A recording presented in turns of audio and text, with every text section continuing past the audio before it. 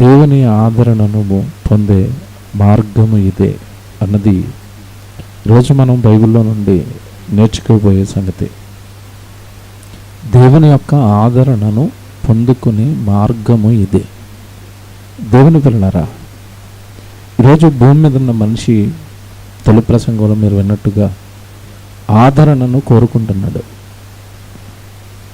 ఆదరణను కోరుకుంటున్న మనిషి ఎవరి ఆదరణను మనిషి పొందుకుంటే బాగుంటాడు అంటే దేవుని ఆదరణను పొందుకుంటే బాగుంటాడు. దేవుని ఆదరణను పొందుకున్న జీవితం బాగుంటుంది. దేవుడి యొక్క ఆదరణలో, దేవుడి యొక్క కృపలో, దేవుడి యొక్క తోడుతో ఈ భూమి మీద సాగుతున్న బ్రతుకులు చాలా బాగుంటాయి. కానీ దేవుడు ఆదరణ ఉంటే బాగుండు, దేవుడు తోడుంటే బాగుండు అని అందరికీ మనసు ఉంటుంది.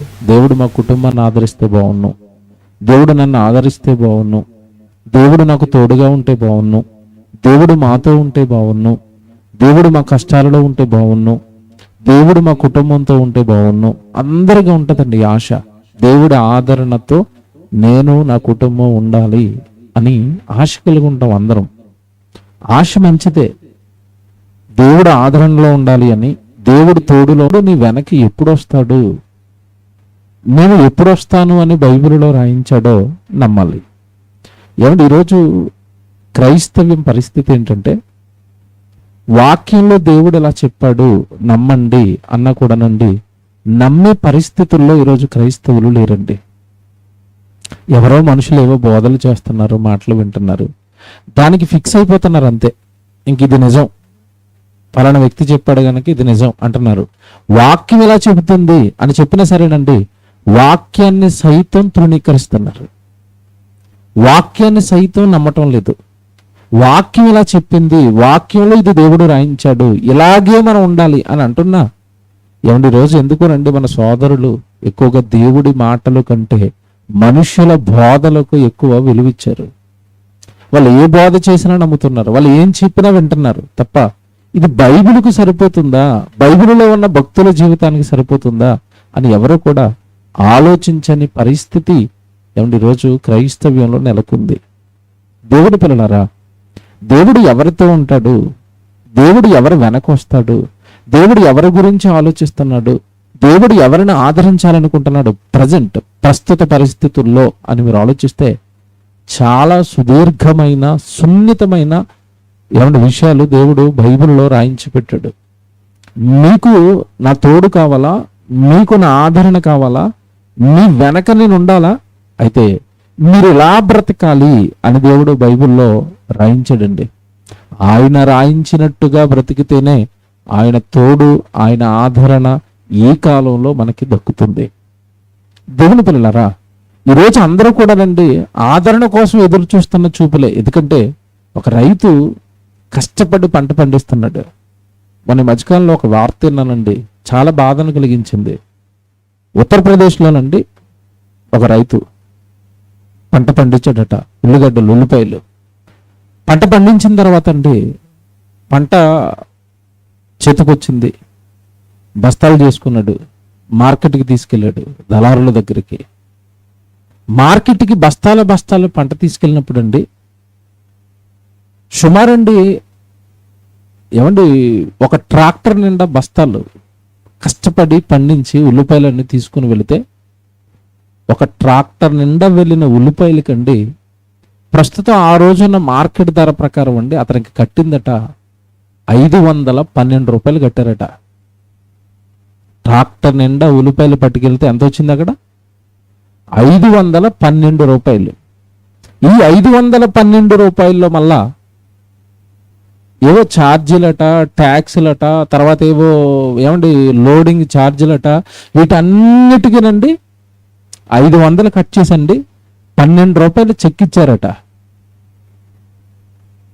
ఇప్పుడు సంవత్సరమో ఒక 6 నెలలో కష్టపడి పండించిన పంట చేతికొచ్చిన తర్వాత అది పట్టుకుని ఏదో నేను నాకు ఏమండి డబ్బు దొరుకుతుంది, నా కుటుంబాన్ని పోషించుకుంటాను, లేదా అప్పులు తీర్చుకుంటాను, ఏదో ఆదరణ నాకు ఈ ధనం ద్వారా దక్కుతుందని అతనికి వెళితే అతనికి దక్కింది అది 12 రూపాయలు చెక్ చేతిలో ఇచ్చి పంపించారట. ఆ చెక్ పట్టుకొచ్చాడు, ఏం చేయాలో అర్థం అవ్వలేదు, చెక్కు చింపేశాడు. మనిషి చనిపోయాడండి ఆత్మహత్య చేసుకుని.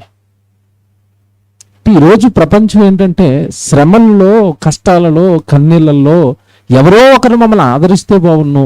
హైదరాబాద్ పట్టణం మీకు తెలియంది కాదు, బ్రతకటానికే చాలా శ్రమ పడతారండి. ఉద్యోగాలలో హింసలు పొందుతూ, ఏమంటే బ్రతకడానికి హైదరాబాద్లో నిలబడడానికి పడుతున్న కష్టం అంతా ఇంత కాదు. మాకు ఏదైనా మంచి ఉద్యోగం దొరికితే బాగున్ను, మమ్మల్ని ఎవరైనా ఆదరిస్తే బాగున్ను, మా కుటుంబం బాగోవటం లేదు, మా పరిస్థితి బాగోవటం లేదు. ఏమంటే ఈరోజు చాలా మంది అంటే ఆదరణ కోసం ఎదురు చూస్తున్న బ్రతుకులే అందరివి. అనారోగ్యం పాలైపోయిన తర్వాత మీకు తెలియదు కదండి, డాక్టర్ దగ్గరికి ఎన్నిసార్లు తిరిగినా ఎక్కడాదేమంటే మనకు వచ్చిన రోగానికి వైద్యం దొరకనప్పుడు ఎంత తల్లడిల్లిపోతారో, ఎంత కృంగిపోతారో మనకి తెలియదు కదండి. వాళ్ళ బాధల్లో మాకు ఎక్కడో ఒక చోట ఉపశమనం దొరికితే బాగున్నాం, మాకు ఎక్కడో ఒక చోట మంచి వైద్యం దొరికితే బాగున్నాం, మేము మా శ్రమల్లో నుంచి బయటకు వస్తే బాగున్నాం, మాకు ఈ శ్రమల్లో మమ్మల్ని ఎవరు ఆదరిస్తారు, ఎవరు మార్గం చూపిస్తారు, ఎవరు ఎవరు ఎవరు అని. ఏమంటే ఈరోజు ప్రపంచం అంతా కూడా తల్లడిల్లుతుంది. దేవుని పిల్లలారా, బైబిల్లోకి మిమ్మల్ని తీసుకువెళ్తానండి. బైబిల్లోకి వెళితేనండి దేవుడు ఆదరిస్తానని చెప్పాడు. కానీ అంతకంటే ముందుగా మనకు అర్థం కావాల్సింది ఏంటంటే, డైరెక్ట్గా విషయాన్ని నేను చెప్తున్నాను. దేవుడు ఎవరిని ఆదరిస్తాడు అంటేనండి, దేవుడి కోసం, దేవుడి పని కోసం, ఆత్మల రక్షణ కోసం ఎవరైతే శ్రమ పడుతున్నారో వారికే ఆదరణ దక్కుతుంది. ఇకపోతే విచిత్రంగా రండి, మా బోధ బైబిల్ ఓపెన్ చేసి బైబిల్లో ఇలా ఉంది అని, బైబిల్లో క్రైస్తవుడు శ్రమ పడాలి అని రాయబడి ఉంది అని మేము చెప్తున్నప్పుడు అండి, చాలా మంది ఈ బోధ నచ్చటం లేదు. ఈ మేము చెబుతున్న ఈ వచనాలు ఏవైతే ఉన్నాయి బైబిల్లో, వాటిని అంగీకరించటం లేదు, స్వీకరించటం లేదండి. ఎందుకు అంటే, అంతకుముందు ఎలాంటి మాటలు, ఎలాంటి బోధలు వినేశారు అంటే, క్రైస్తవుడికి శ్రమలేమి లేవు, ప్రభుని నమ్ముకుంటే సుఖాలు, ప్రభుని నమ్ముకుంటే ఆనందాలు, ప్రభుని నమ్ముకుంటే సంతోషాలు, ప్రభుని నమ్ముకుంటే అన్నీ ఉంటాయి, నీ జీవితంలో అసలు కష్టం ఉండదు అన్నట్టుగా బోధలు ముందటి తరాలలో వచ్చేయటం వల్లండి బైబిల్ పట్టుకున్న క్రైస్తవులు ఆ బైబిల్లో ఏముందో చదువుకోకుండా ఎవరో చెప్పిన మాటలు విని మాకు కష్టాలు లేవు, మాకు శ్రమలు లేవు, మాకు కన్నీళ్ళు లేవు, మాకు ఏ పని లేదు అన్నట్టుగా ఏమంటే మిగిలిపోయారు. దేవుని పిల్లలారా, పౌలు గారు సేవ చేస్తున్న కాలంలో వాక్యం చెప్తున్నందుకు రాళ్లతో కొట్టారు, ఈడ్చి ఊరవతల పడేశారు. అప్పటికే ఆ ప్రాంతంలో కొంతమంది పిల్లల్ని దేవుళ్ళో నిలబెట్టుకున్నాడు. ఆ నిలబడిన పిల్లలు ఈయనకొచ్చిన కష్టం నుండి ఎక్కడ పడిపోతారోనని వాళ్ళని ఓదార్చడానికి మరలా తిరిగి వచ్చి పౌలు గారు ఒక మాట చెప్తాడు. ఈ రాత్రి అందరూ బైబిల్ ఓపెన్ చేసి బైబిల్లో ఈ మాట ఉందో లేదో, మీ బైబిల్లో ఉందో లేదో ఒక్కసారి జాగ్రత్తగా చూసుకోండి. అపోస్తలుల కార్యాలు 14వ అధ్యాయం, అపోస్తలుల కార్యాలు 14వ అధ్యాయము 22వ వచనం బైబిల్ తీసి తప్పనిసరిగా బైబిల్ చూడాలి. మా సభల యొక్క ముఖ్య ఉద్దేశం అండి, మా సభల యొక్క ప్రాముఖ్యత ఏంటన్నప్పుడు వచ్చిన ప్రజలందరికీ వాక్యం నేర్పించి పంపించాలి. వాక్యం నేర్పించడానికే మేము సభలు పెడతాం. ఇది ప్రభు మాకు చెప్పింది, బైబిల్లో అందరికీ చెప్పింది, వాక్యం నేర్పండి అని. అపోస్తలుల కార్యాలు 14వ అధ్యాయము 22వ వచనం చూడండి, అక్కడ ఏముందో. శిష్యుల మనసులను దృఢపరచి, ఏం జరిగింది దృఢపరచడానికి చెప్పాను కదా ముందు, ఏం జరిగింది అక్కడ? భయంకరమైన మారణకాండ జరిగింది. పౌలు గారిని ఆల్మోస్ట్ చంపేశారండి. ఇక చచ్చిపోయాడు అనుకున్నారు. చచ్చిపోయాడు అనుకున్న కుక్కను ఎలాగైతే చనిపోయిన కుక్కను తాడు కట్టి ఈడ్చుకుని వెళ్ళిపోతారో, సాక్షాత్తు ఒక దైవజనుడు నుండి ఆ రోజు పౌలు గారిని ఈడ్చుకుంటూ పడేశారు ఊరవతల. ఆ శ్రమ వచ్చిన తర్వాత గాయాలకు కట్టుకుని మాన్పుకుని మరలా తిరిగి లేచి ఎక్కడైతే దెబ్బలు తిన్నాడో అక్కడికి వచ్చి ఎవడు వాళ్ళతో మాట్లాడుతున్న మాట ఇది. శిష్యుల మనసులను దృఢపరచి విశ్వాసమందు నిలకడగా ఉండవలనని. ఆ పదం చూడండి, అక్కడ ఏమనుంది మీ బైబిల్లో? మీ బైబిల్లో ఏముందో చూసుకోండి. అక్కడ అనేక శ్రమలను అనుభవించి మనము దేవుని రాజ్యములోనికి ప్రవేశింపవలెనని వారికి హెచ్చరికలు చేశాడట. బ్రతిమాలలేదు అక్కడ. బాబు దేవుడి కోసం నిలబడండి బాబు అంటం లేదు అక్కడ ఆయన పౌలు గారు. ఏం చేశాడట? హెచ్చరిక. ఏమని హెచ్చరిక? మనము అనేక శ్రమలను అనుభవించిన తర్వాత పరలోక రాజ్యానికి ప్రవేశిస్తాం. శ్రమ పడితేనే పరలోకం.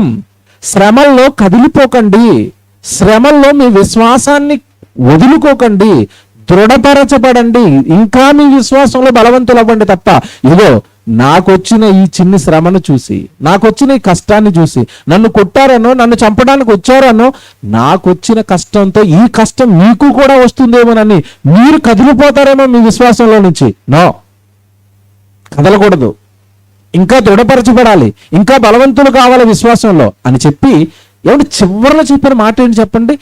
మనము అనేక శ్రమలు అనుభవించి దేవుని రాజ్యములో ప్రవేశించాలి. మనము ఉందా అక్కడ? అందులో మీరు నేను లేమా? ఇప్పుడు బైబిల్ మనకేం చెప్తుంది? మనము అనేక శ్రమలు అనుభవిస్తేనే పరలోకం అని చెప్పింది. ఈ రోజు ఇంతకాలం మీరు విన్న బోధ ఏంటి చెప్పండి?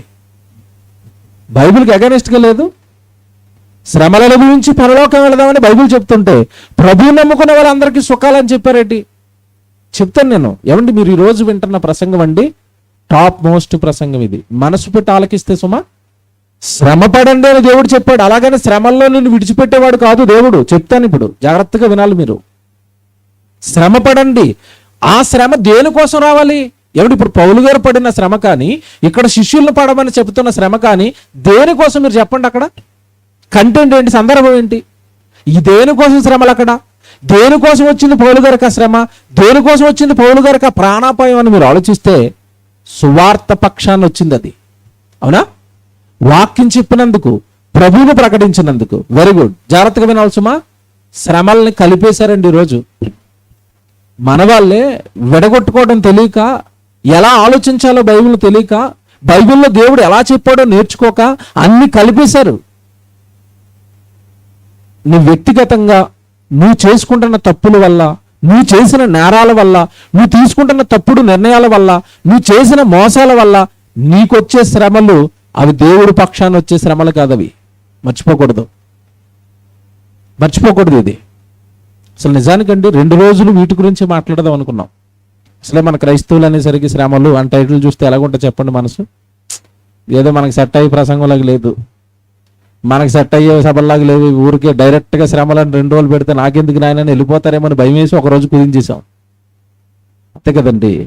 ఆశీర్వాదాలకు ఇష్టపడిన ఏమంటే మన చెవులు నీకు శ్రమ ఉందండేసరికి ఇష్టపడతాయండి? అసలు ఇష్టపడతాయా? ఇష్టపడవండి. మీకు మాట చెప్పనండి, మనకి ఇష్టం లేదు కదా అని వాక్యం మారిపోతుందా? మారదు. నీకు ఇష్టం లేదు కదని బైబిల్ మారదు.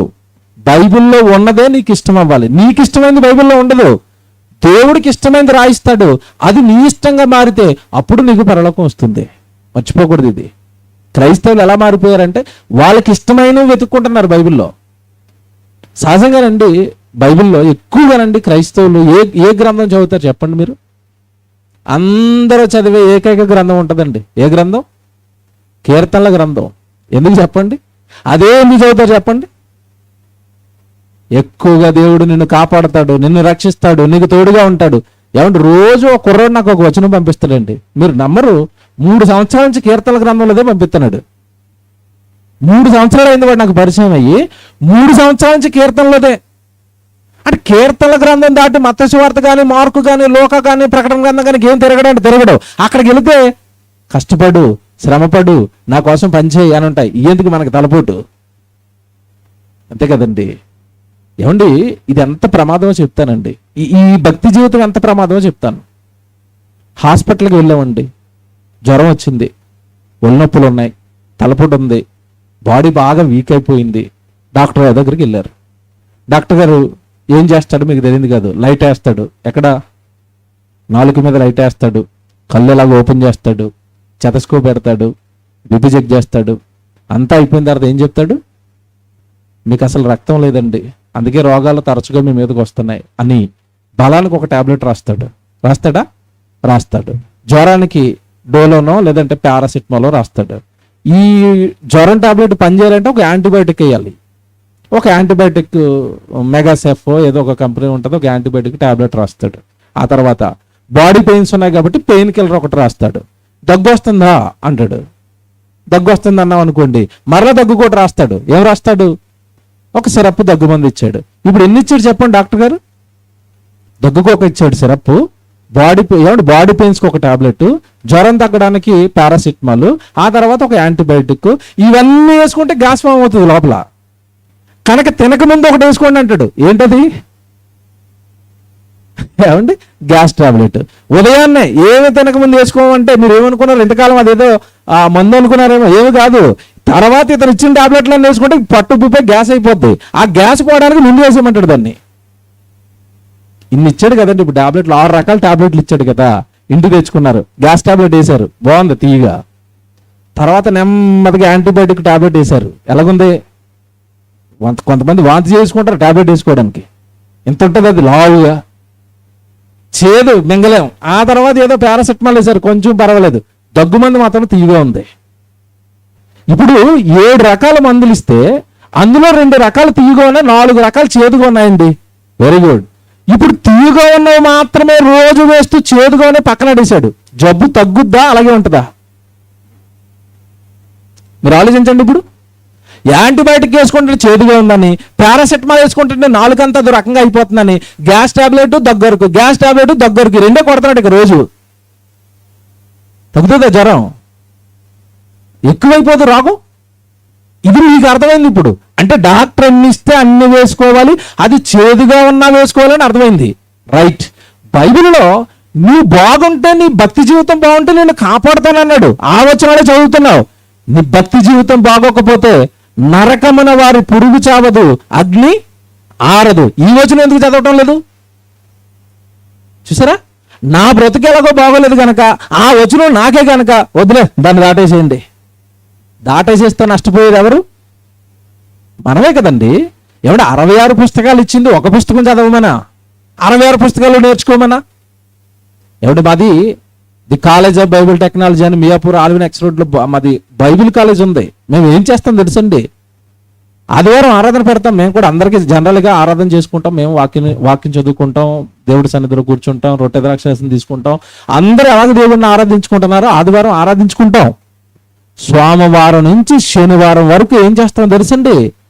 బైబిల్ క్లాసులు ఆయా ప్రాంతాల్లో పెట్టి, సోదరులారా ఉచితంగా మీకు మేము బైబిల్ నేర్పిస్తాం రండి, మేము హాల్ రెంట్కి తీసుకుని, ఆ వస్తున్న పిల్లలకి మా పిల్లలు భోజనాలు సిద్ధం చేసుకుని వాళ్ళ కష్టంతో బైబిల్ను నేర్పిస్తున్నారు. కారణం ఏంటో తెలుసా? నీకు బైబిల్ అంతా వస్తేనే తప్ప, పరలోకంలో ఉన్న దేవుడు మనసు బైబిల్ ద్వారా నీకు అర్థమైతేనే తప్ప నీకు పరలోకం రాదు. ఈ వచనం చదవండి. ఇందా మనం చదువుకున్న వచనం ఇప్పుడు మీకు కాస్త ఇవి కూడా చదవాలా, ఇవి కూడా బైబిల్లో ఉంటాయా? అపోస్తలుల కార్యాలు 14వ అధ్యాయము 22వ వచనం. శిష్యుల మనసులను దృఢపరిచి విశ్వాసమందు నిలకడగా ఉండవలనని అనేక శ్రమలను మనం అనుభవించి మనము దేవుని రాజ్యములో ప్రవేశించవలనని వారికి హెచ్చరించాడట. దేవుని పిల్లలారా, ఈ వాక్యాన్ని మీరు చివరి వరకు గుర్తుపెట్టుకోండి. శ్రమలు అనుభవించిన వాళ్ళు పరలోకం వెళతారు. శ్రమ అనుభవించిన వాడికి పరలోకం. ఇకపోతేనండి, ఈ శ్రమ ఏదైతే ఉందో, అక్కడ శ్రమ పడమని ఏదైతే చెప్తున్నాడో అది మనం పడుతున్న మన జీవితానికి సంబంధించినవో, మన కుటుంబానికి సంబంధించినవో, మన ఉద్యోగానికి సంబంధించినవో, లేదా కొంతమంది నేరాలు చేసి, పాపాలు చేసి, తప్పులు చేసి శిక్షలు అనుభవిస్తూ ఉంటారు. ఏమంటే ఆ శ్రమల గురించి చెప్పబడుతున్నవి కాదండి. అది ఆ శ్రమల గురించి చెప్పబడుతున్నది కాదది. యేసుక్రీస్తుల వారి పక్షాన, సువార్త పక్షాన, వాక్యం పక్షాన నువ్వు శ్రమ పడితే దేవుడు నీకు ఒక రాజ్యాన్ని, నీకు ఒక స్థలాన్ని, నీకు ఒక గృహాన్ని పరలోకంలో దేవుడు సిద్ధం చేస్తున్నాడు. ఏమంటే బైబిల్లో క్రైస్తవులు శ్రమ పడాలని రాయించాడా? నిజమేనా? ఇది నిజం. ఫిలిప్పీయులకు రాసిన పత్రిక 1వ అధ్యాయము 30వ వచనం చూడండి జాగ్రత్తగా. ఫిలిప్పీయులకు రాసిన పత్రిక 1వ అధ్యాయము 30వ వచనం జాగ్రత్తగా చూడాలి అందరూ. ఫిలిప్పీయులకు రాసిన పత్రిక 1వ అధ్యాయము 30వ వచనం చూడండి. క్రీస్తునందు విశ్వాసముంచుట మాత్రమే కాక. చూసారా? మీరు కేవలం యేసుప్రభుని నమ్మితే సరిపోదట. జాగ్రత్తగా వచనం చూసుకోవాలి. అది బైబిల్ ఎలా చదువుకోవాలా? క్రీస్తునందు విశ్వాసముంచుట మాత్రమే కాక ఆయన పక్షమున, ఎవరి పక్షాన? యేసుక్రీస్తుల వారి పక్షాన శ్రమపడుటయు, ఆయన పక్షమున ఇదిగో మీకు అనుగ్రహించబడింది. ఎంత బాగుంది బైబిల్. పరలోకంలో ఉన్న కన్న తండ్రి మీకు ఈ జీవితాన్ని ఇచ్చాడు. జాగ్రత్తగా వినండి. ఎందుకంటే నేను దేవుడి కోసం కష్టపడాలి, ఎందుకంటే నేను యేసు ప్రభు పక్షాన శ్రమలు అనుభవించాలని మీరు అనుకుంటారేమో. ఏమంటే ఈరోజు ఈ జీవితం ఏదైతే ఉందో మనం పొందుకున్న జీవితం ఇది మనది కాదండి. ఇది ఎవరిచ్చింది చెప్పండి? ఏమంటే ఈ ప్రాంతంలో మీరు పుట్టాలని, మీ అమ్మనాన్నల గర్భాన్ని మీరే జన్మించాలని మీరు కోరుకున్నాడా, దేవుడు కోరాడా? మీరు చెప్పండి. మీరు ఆడపిల్లగా కానీ మేముడు పురుషుడుగా కానీ ఈ లోకంలోనికి రావాలని మీరు కోరుకున్నారా, దేవుడు కోరుకున్నాడా? అంటే దేవుడే కోరుకున్నాడు. మీరు కావాలని కోరుకున్నాడు. తల్లి గర్భంలో మీకు అవయవాలు కట్టాడు. మీరు ఈ లోకానికి రాకమునుపై ఇదిగో ఈ సమస్త సృష్టిని కట్టి మీకోసం అండి పంచిపోతాలను కలిగించి ఈ విశ్వాన్ని కొనకకుండా నిద్రపోకుండా దీనిని నడిపిస్తూ మీకోసం శ్రమ పడుతున్నవాడు దేవుడు, మీ తండ్రి. ఆయన పనిలో ఉన్నాడు ఎప్పుడు. ఎవడు ఈరోజు ఇప్పుడు రాత్రిలో ఉన్నాయండి, తెల్లవారుసరికి ఏమొస్తుంది? పగలు. రాత్రి పగలు మనకు ఎలా వస్తాయి చెప్పండి? ఎలా వస్తాయి? భూమి తన చుట్టూ తాను తిరుగుతూ ఎవరి చుట్టూ తిరుగుతుందట? ఏమండి సూర్యుని చుట్టూ తిరుగుతుందని మనం చదువుకుంటాం కదండి. తన చుట్టూ తాను తిరుగుతూ సూర్యుని చుట్టూ తిరుగుతుంది. ఇంతకీ తన చుట్టూ తాను తిరిగింది కనుక ఇదిగో రాత్రి పగలు వచ్చింది. ఎవడు అలాగా సూర్యుని చుట్టూ తిరుగుకుంటూ వస్తే ఏమొస్తుంది? సంవత్సరం వస్తుంది. మీకు తెలియదు కాదు ఇది. నా ప్రశ్న ఏంటంటే ఇప్పుడు ఇంతకీ ఈ భూమిని ఇంత పెద్ద భూగోళాన్ని నడుపుతున్నది ఎవరు, త్రిప్పుతున్నది ఎవరు? బాగా ఆలోచించండి. మనుషులా? కాదండి. మీరు కూర్చున్న నేల, ఇప్పుడు మనం ఉంటున్న ఈ నేల అండి, మనం ఉంటున్న ఈ భూమి అండి, గంటకి 1,11,600 కిలోమీటర్ల వేగంతో పరిగెత్తుతుంది. ఇది నో సౌండ్. సౌండ్ ఉందా? గంటకి 1,00,000 కిలోమీటర్ల వేగంతో పరిగెడుతున్న ఈ భూమి ఏమైనా సౌండ్ చేస్తుందా? మీరు ఎక్కిన ట్రైన్ ఎంత స్పీడ్ వెళ్తా చెప్పండి? ట్రైన్ ఎక్కారు ఎవరైనా? మనం ఎక్కిన ట్రైను మీరు లోపల కాదు, ఒకసారి ట్రైన్కి పైన కూర్చోండి. లోపల కూర్చుంటే పెద్దగా సౌండ్లు తెలియవు. ఎక్కడ కూర్చోవాలి? ఒకసారి టాప్ పైన కూర్చోండి. ఎలాగుంటుంది ట్రైన్ వెళ్తున్నప్పుడు? దడ దడ దడ దడ దడ దడ దడ దడ దడ దడ. ట్రాకులు దాడుతున్నప్పుడు చూడండి, ఉంటామా ఎగిరిపోతాం అన్నట్టుగా ఉంటుంది ప్రాణం సౌండ్కి. ఏమండి 50 కిలోమీటర్ల వేగంతో వెళ్ళే ట్రైన్ అంత సౌండ్ చేస్తుంటే భూమి 1,11,000 కిలోమీటర్లు పరిగెడుతుంటే సౌండ్ వస్తుందా? అంత గొప్ప సైలెన్సర్ బిగించాడు అనమాట భూమికి దేవుడు. సౌండ్ రాకూడదు, పిల్లలు నిద్రపోతారు రాత్రిపూట. సౌండ్ రాకూడదు, అదే కాలంలో పని చేసుకుంటారు. దేవుడు కష్టపడుతున్నాడండి, దేవుడు శ్రమ పడుతున్నాడండి. మనమన్నా ఈ భూమిని తిప్పుతున్నాడు. అందుకే పగలు రాత్రి వస్తుంది. ఈ దినం పొందుకున్నామంటే అందుకే ప్రార్థనలో మేము ఉదయాన్నే ఏమని ప్రార్థన చేస్తామంటే, దేవా ఈ దినాన్ని మా జీవితాలలో మీరు ఇచ్చినందుకు స్తోత్రం. కారణం ఏంటి? ఆయన కష్టంతో వచ్చింది ఈ దినం. ఈరోజు మనం ఇక్కడ కూర్చున్నాం, రాత్రి అయిపోయిందంటే దేవుడు ఇచ్చాడు ఈ దినం. రేపు వస్తుందంటే దేవుడు ఇస్తున్నాడు. దేవుడు కష్టం కదా, నీకోసం కష్టపడుతున్నాడు కదా దేవుడు. నీ పాపంలో పడిపోయిన తర్వాత, తండ్రిని మర్చిపోయి నీ పాపంలో పడిపోయిన తర్వాత యేసుక్రీస్తుల వారిని నీ కోసం బలేశాడు కదా. యేసుక్రీస్తుల వారి కోసం ఏమంటే యేసుక్రీస్తుల వారి బలియాగాన్ని ఒకసారి జ్ఞాపకం చేసుకుంటే నీ కోసం కష్టపడ్డాడు కదా, నీ కోసం శ్రమ పడ్డాడు కదా, నీ కోసం ఎన్నో ఏమంటే భయంకరమైన గాయాలు అనుభవించాడు కదా.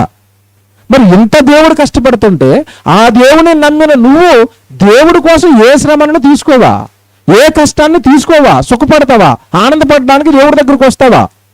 ఇంతకాలం నుండి ఒక అబద్ధాన్ని మన చెవుల్లో చెప్పించారు, దేవుడిని నమ్ముకోండి అన్నీ పోతాయని, దేవుడిని నమ్ముకోండి శ్రమలు పోతాయని. బైబిల్లో ఎలాగోని చెప్పండి అక్కడ. ఇప్పుడు చదవండి, ఫిలిప్పీయులకు రాసిన పత్రిక 1వ అధ్యాయము 30వ వచనం ఇప్పుడు చదవండి.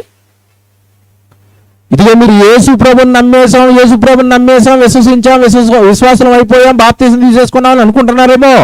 మీరు క్రీస్తునందు విశ్వాసం ఉంచుట మాత్రమే కాక ఆయన పక్షాన, యేసుక్రీస్తు వారి పక్షాన శ్రమలు కూడా మీకు అనుగ్రహించబడ్డాయి. బైబిల్. ఎందుకంటే నేను యేసుక్రీస్తుల వారి కోసం శ్రమ పడాలంటారా? మీకు ముందు చదివించాను కదా, ఈ శ్రమలు అనుభవిస్తే ఎక్కడికి వెళతామట? పరలోకానికి వెళతాం. అంటే భూమి మీద నువ్వు బ్రతకడానికి శ్రమ పడుతున్నావు కదా. ఉద్యోగం అని, చదువు అని, వ్యాపారం అని, వ్యవసాయం అని, ఏమంటే ఫ్యాక్టరీలని, ఏవేవో భూమి మీద నువ్వు బ్రతకడానికి కష్టపడుతున్నావు కదా. మరి పరలోకాన్ని సంపాదించడానికి ప్రభు కోసం ఏం కష్టపడవా? నీ డ్యూటీకి వెళితేనే కానీ నీకు జీతం ఇవ్వటం లేదు కదా. ఏ పని చేయకుండా దేవుడు పరలోకం ఎందుకు ఇస్తాడు? ఏ శ్రమ దేవుడి కోసం నువ్వు ఓర్చుకోకుండా, ఏ మీటింగు పెట్టకుండా, ఏ సభ పెట్టకుండా, ఎక్కడికి వెళ్ళి సువార్తను ప్రకటించకుండా, ఎవరికి ఆయన గురించి చెప్పకుండా, ఆయన పక్షాన ఏ పని, ఏ శ్రమ, ఏ కష్టము నువ్వు వార్చినప్పుడు దేవుడు నీకెందుకు ఇవ్వాలి పరలోకం? ఆలోచించారా? డ్యూటీకి వెళితే కానీ జీతం ఇవ్వడు కదండి. 4 రోజులు పని చేస్తేనే కానీ 5వ తారీఖు జీతం ఇవ్వటం లేదు కదా మనకి. ఏ పని చేయకుండా, ఏ శ్రమ పడకుండా భూమి మీద దేవుడు నీకెందుకు ఇస్తాడు పరలోకం? బైబిల్లోనేమో విశ్వాసం ఉంచుట మాత్రమే కాక ఆయన పక్షాన శ్రమపడుట కూడా మీకు అనుగ్రహించబడిందని దేవుడు బైబిల్లో చెప్తే శ్రమలు లేవని బోధలు చేస్తున్నారు. ఎంత దారుణం అండి! బైబిల్కి అగెనెస్ట్ కదండి బోధలన్నీ. మీరు ఇంతకాలం విన్నారేమో, అది బైబిల్కి వ్యతిరేకం కదండి. శ్రమపడమని అంటున్నాడు కదండి బైబిల్లో. కాస్త దేవుడి కోసం సువార్త చేయమంటున్నాడు కదండి. కాస్త ఆయన గురించి చెప్పమంటున్నాడు కదండి. మీరు ఆయన పనిలో కాస్త మీ దేహాన్ని ఇవ్వమంటున్నాడు కదండి. ఎందుకు ఇవ్వరు? మీకు మాట చెప్పనండి, యేసుక్రీస్తుల వారి ఫోటో ఎక్కడ చూసినా ఆ ఫోటోలో మీకు శ్రమలు కనపడతాయా, సుఖాలు కనపడతాయా? యేసు ఫోటో ఎలా ఉంటుంది? ఒంటి నిండా గాయాలతో, సిలువేసుకుని చేతుల్లో మేకులు, ఏమంటే నెత్తి మీద ముళ్ళ కిరీటం, రక్తం కారుతూ. ఎందుకు అలాగుంది యేసు ఫోటో? అంటే నీకు ఏం చెప్తున్నాడు యేసుక్రీస్తుల వారు? ఏం చెప్తున్నాడు నీకు? ఇదిగో నేను నీ కోసం శ్రమ పడ్డాను, నువ్వు నా కోసం ఇంతగా అవసరం లేదు, కనీసం చిన్న కష్టమైన పడతావు భూమి మీద నా కోసం. ఎవరున్నారండి? మీకు మాట అడుగుతాను, జాగ్రత్తగా వినండి. ఇంతకేనండి బైబిల్ ఎంతకాలం అర్థం అవ్వలేదు. బ్రదర్ బాగానే ఉంది బైబిల్లో, క్రైస్తవులట విశ్వసిస్తే ఏమంటే శ్రమలు పడాలని, శ్రమలు వస్తాయని బైబిల్లో ఉంది కదా. మరి క్రైస్తవులు ఎవరికి శ్రమలు రావటం లేదు కదా? వస్తున్నాయా? శ్రమ ఏముంది బ్రదర్? చక్కగా మేము ఆదివారం లేస్తాం, ఉదయం 9 గంటలకో 8 గంటలకో చక్కగా తలస్నానం చేస్తాం, మంచి శారీ కట్టుకుంటాం, కొత్త బట్టలు వస్తే ఆ రోజే వేసుకుంటాం, కొత్త బట్టలు వేసుకుని పౌడర్ వేసుకుని చక్కగా అలంకరించుకుని చర్చికి వెళతాం బైబిల్ పట్టుకుని. బైబిల్కి చర్చిలోకి బైబిల్ పట్టుకుని వెళ్ళిన తర్వాత ఎక్కడ పడితే అక్కడ కూర్చోం. మళ్ళీ ఎక్కడ కూర్చుంటాం? ఒక్కసారి పైకి చూస్తాం. దేనికోసం? కరెక్ట్గా ఫ్యాన్ ఎక్కడుందో చూసుకుని ఆ కుర్చీలో మేము కూర్చుంటాం. ఏమంటే చక్కగా పైన ఫ్యాను, అక్కడేమో దైవజనుడు నిలబడి గంటల తరబడి పాటలు పాడదామని, వాక్యం చెబుదామని ఆయన బాధరేమో ఆయన పాడుతూ ఉంటాడు.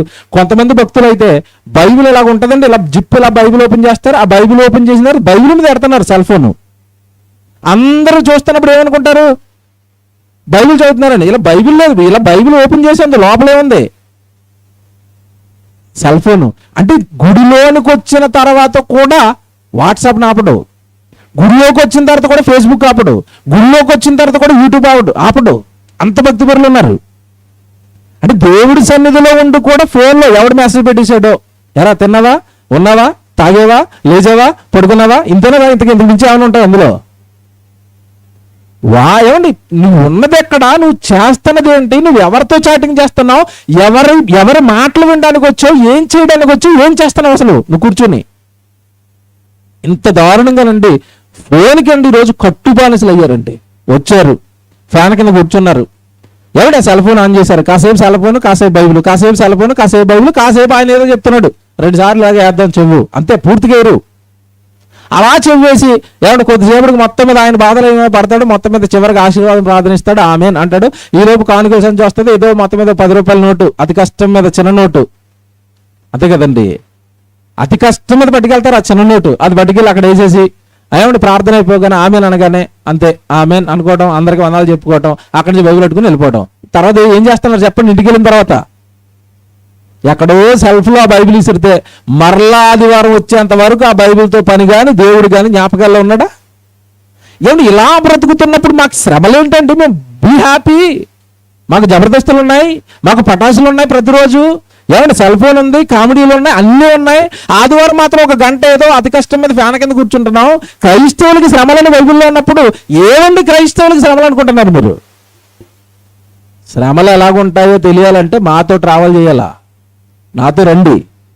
నిద్ర ఉండదు, తిన్నుండదు, కళ్ళు ఎరుపెక్కిపోతాయి. నాతో కుర్రాడు తిరుగుతాడు. ఈ కుర్రాడు కళ్ళు చూడండి ఎప్పుడు ఎలా ఉంటుంది తెలుసా? ఎర్రగా ఉంటాయి. అంతకుముందు ఒక ఆయన తిరిగాడు, ఆదినారాయణ గారు అని అన్నయ్య, అతని కళ్ళు చూడండి, నిద్ర లేక, తిండి లేక, వేడెక్కిపోయి శరీరాలు, ఏమంటే రోజు ప్రయాణాలు, అలసట, ఎండ, ఏమంటే లేని కొన్ని ప్రాంతాలు ఎలా ఉంటుందంటే వాళ్ళు మీటింగ్ పిలుస్తారు, పీల్చి ఎక్కడ పెడతారు వాళ్ళకే తెలియదు. టైంకి అన్నం పెట్టరు, టైంకి నీళ్ళు ఇవ్వరు, ఏమంటే అలా తట్టుకోవాలి, ఓర్చుకోవాలి. ఇవన్నీ క్రైస్తవ జీవితానికి ఏంటో తెలుసండి, సువార్త పక్షాన శ్రమలు. ఇప్పుడు బైబిల్లో మరి మేము నమ్ముకున్నాం కదా, మాకెందుకు రావట్లేదని మీరు అనుకున్నారేమో. ఎందుకు రావటం లేదో కూడా ఒక విషయం చెప్పాలి ఇప్పుడు మీకు. ఎందుకు క్రైస్తవులు అందరికీ శ్రమలు రాలేదంటే ఈ భక్తి విషయంలో ఒక తేడా జరిగింది. తిమోతికి రాసిన 2వ పత్రిక 3వ అధ్యాయము 12వ వచనం. ఎందుకు రావటం లేదు ఈ శ్రమలు, ఎందుకు రావు కష్టాలు అంటే విషయం చెప్పాడు దేవుడు. బైబిల్లో అన్ని రాస్తాడండి, మనం చదువుకుంటేనే తప్ప ఇవన్నీ ఓపెన్ అవ్వవు. తిమోతికి రాసిన 2వ పత్రిక 3వ అధ్యాయము 12వ వచనం. అక్కడ చూడండి జాగ్రత్తగా. క్రీస్తు యేసునందు సద్భక్తితో. ఏ భక్తి అట? సద్భక్తి అంటే అర్థం ఏంటి చెప్పండి? మంచి భక్తి అనుకుంటున్నారా? మనం అలాగే అంటాం. బైబిల్ చెప్పాలి కదా భక్తి ఏంటో. చూడండి ఎంత బాగుంది చూడండి. క్రీస్తు యేసునందు సద్భక్తితో బ్రతకనుద్దేశించి వారు అందరూ శ్రమలు కాదట, ఏమొస్తాయట? హింసలు వస్తాయట. మరి రావటం లేదంటే అర్థం ఏంటి? మీకు అర్థమైపోయింది కానీ మాట్లాడడానికి భయం, అంతే కదండి. క్రీస్తు యేసునందు సద్భక్తితో బ్రతకనుద్దేశించి వారు అందరూ హింస పొందుతారు, అందరికీ వస్తాయి. కానీ ఆ హింస రావాలన్నా, ఆ శ్రమ రావాలన్నా మన జీవితంలో ఏ భక్తి ఉండాలట? సద్భక్తి. సద్భక్తి అంటే సత్ అనగానే సత్యము అనగా వాక్యము. మనలో వాక్య సంబంధమైన భక్తి ఉంటే శ్రమలు నిన్ను వెంటాడేస్తాయి. దేవుడు శ్రమలు సుమండి, మీ కష్టాల గురించి నేను మాట్లాడటం లేదు. సద్భక్తి అనగానే వాక్య సంబంధమైన భక్తి. ఒకటి చెప్తాను ఇప్పుడు మీకు, జ్ఞాపకం చేస్తాను. వాక్య ప్రకారం బ్రతికితే, వాక్యంలో ఉన్నది పాటిస్తే, వాక్యం ప్రకారం నేను భక్తి జీవితాన్ని కొనసాగిస్తాను అంటే ఖచ్చితంగా శ్రమలే. యేసుప్రభు మాట్లాడి జ్ఞాపకం చేస్తాను. నాకంటే ఎక్కువగా ఎవరిని ప్రేమించినా మీరు నాకు పాత్రులు కాదు అన్నాడా? ఈ వాక్యం తెలిసే చూపించనా? తెలుసు కదండి, మీకు చాలాసార్లు చదువుంటారు.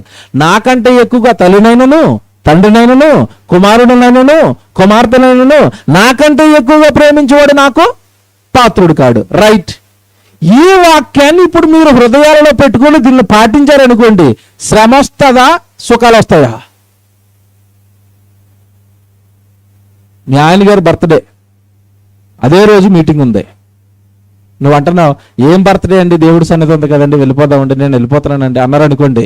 ఆయన ఏమంటాడు అంటే, నాకంటే, నా బర్త్డే కంటే, నా సంతోషం కంటే, నా సుఖం కంటే నీకు ఎవరు ఎక్కువయ్యారు? దేవుడు ఎక్కువయ్యాడా?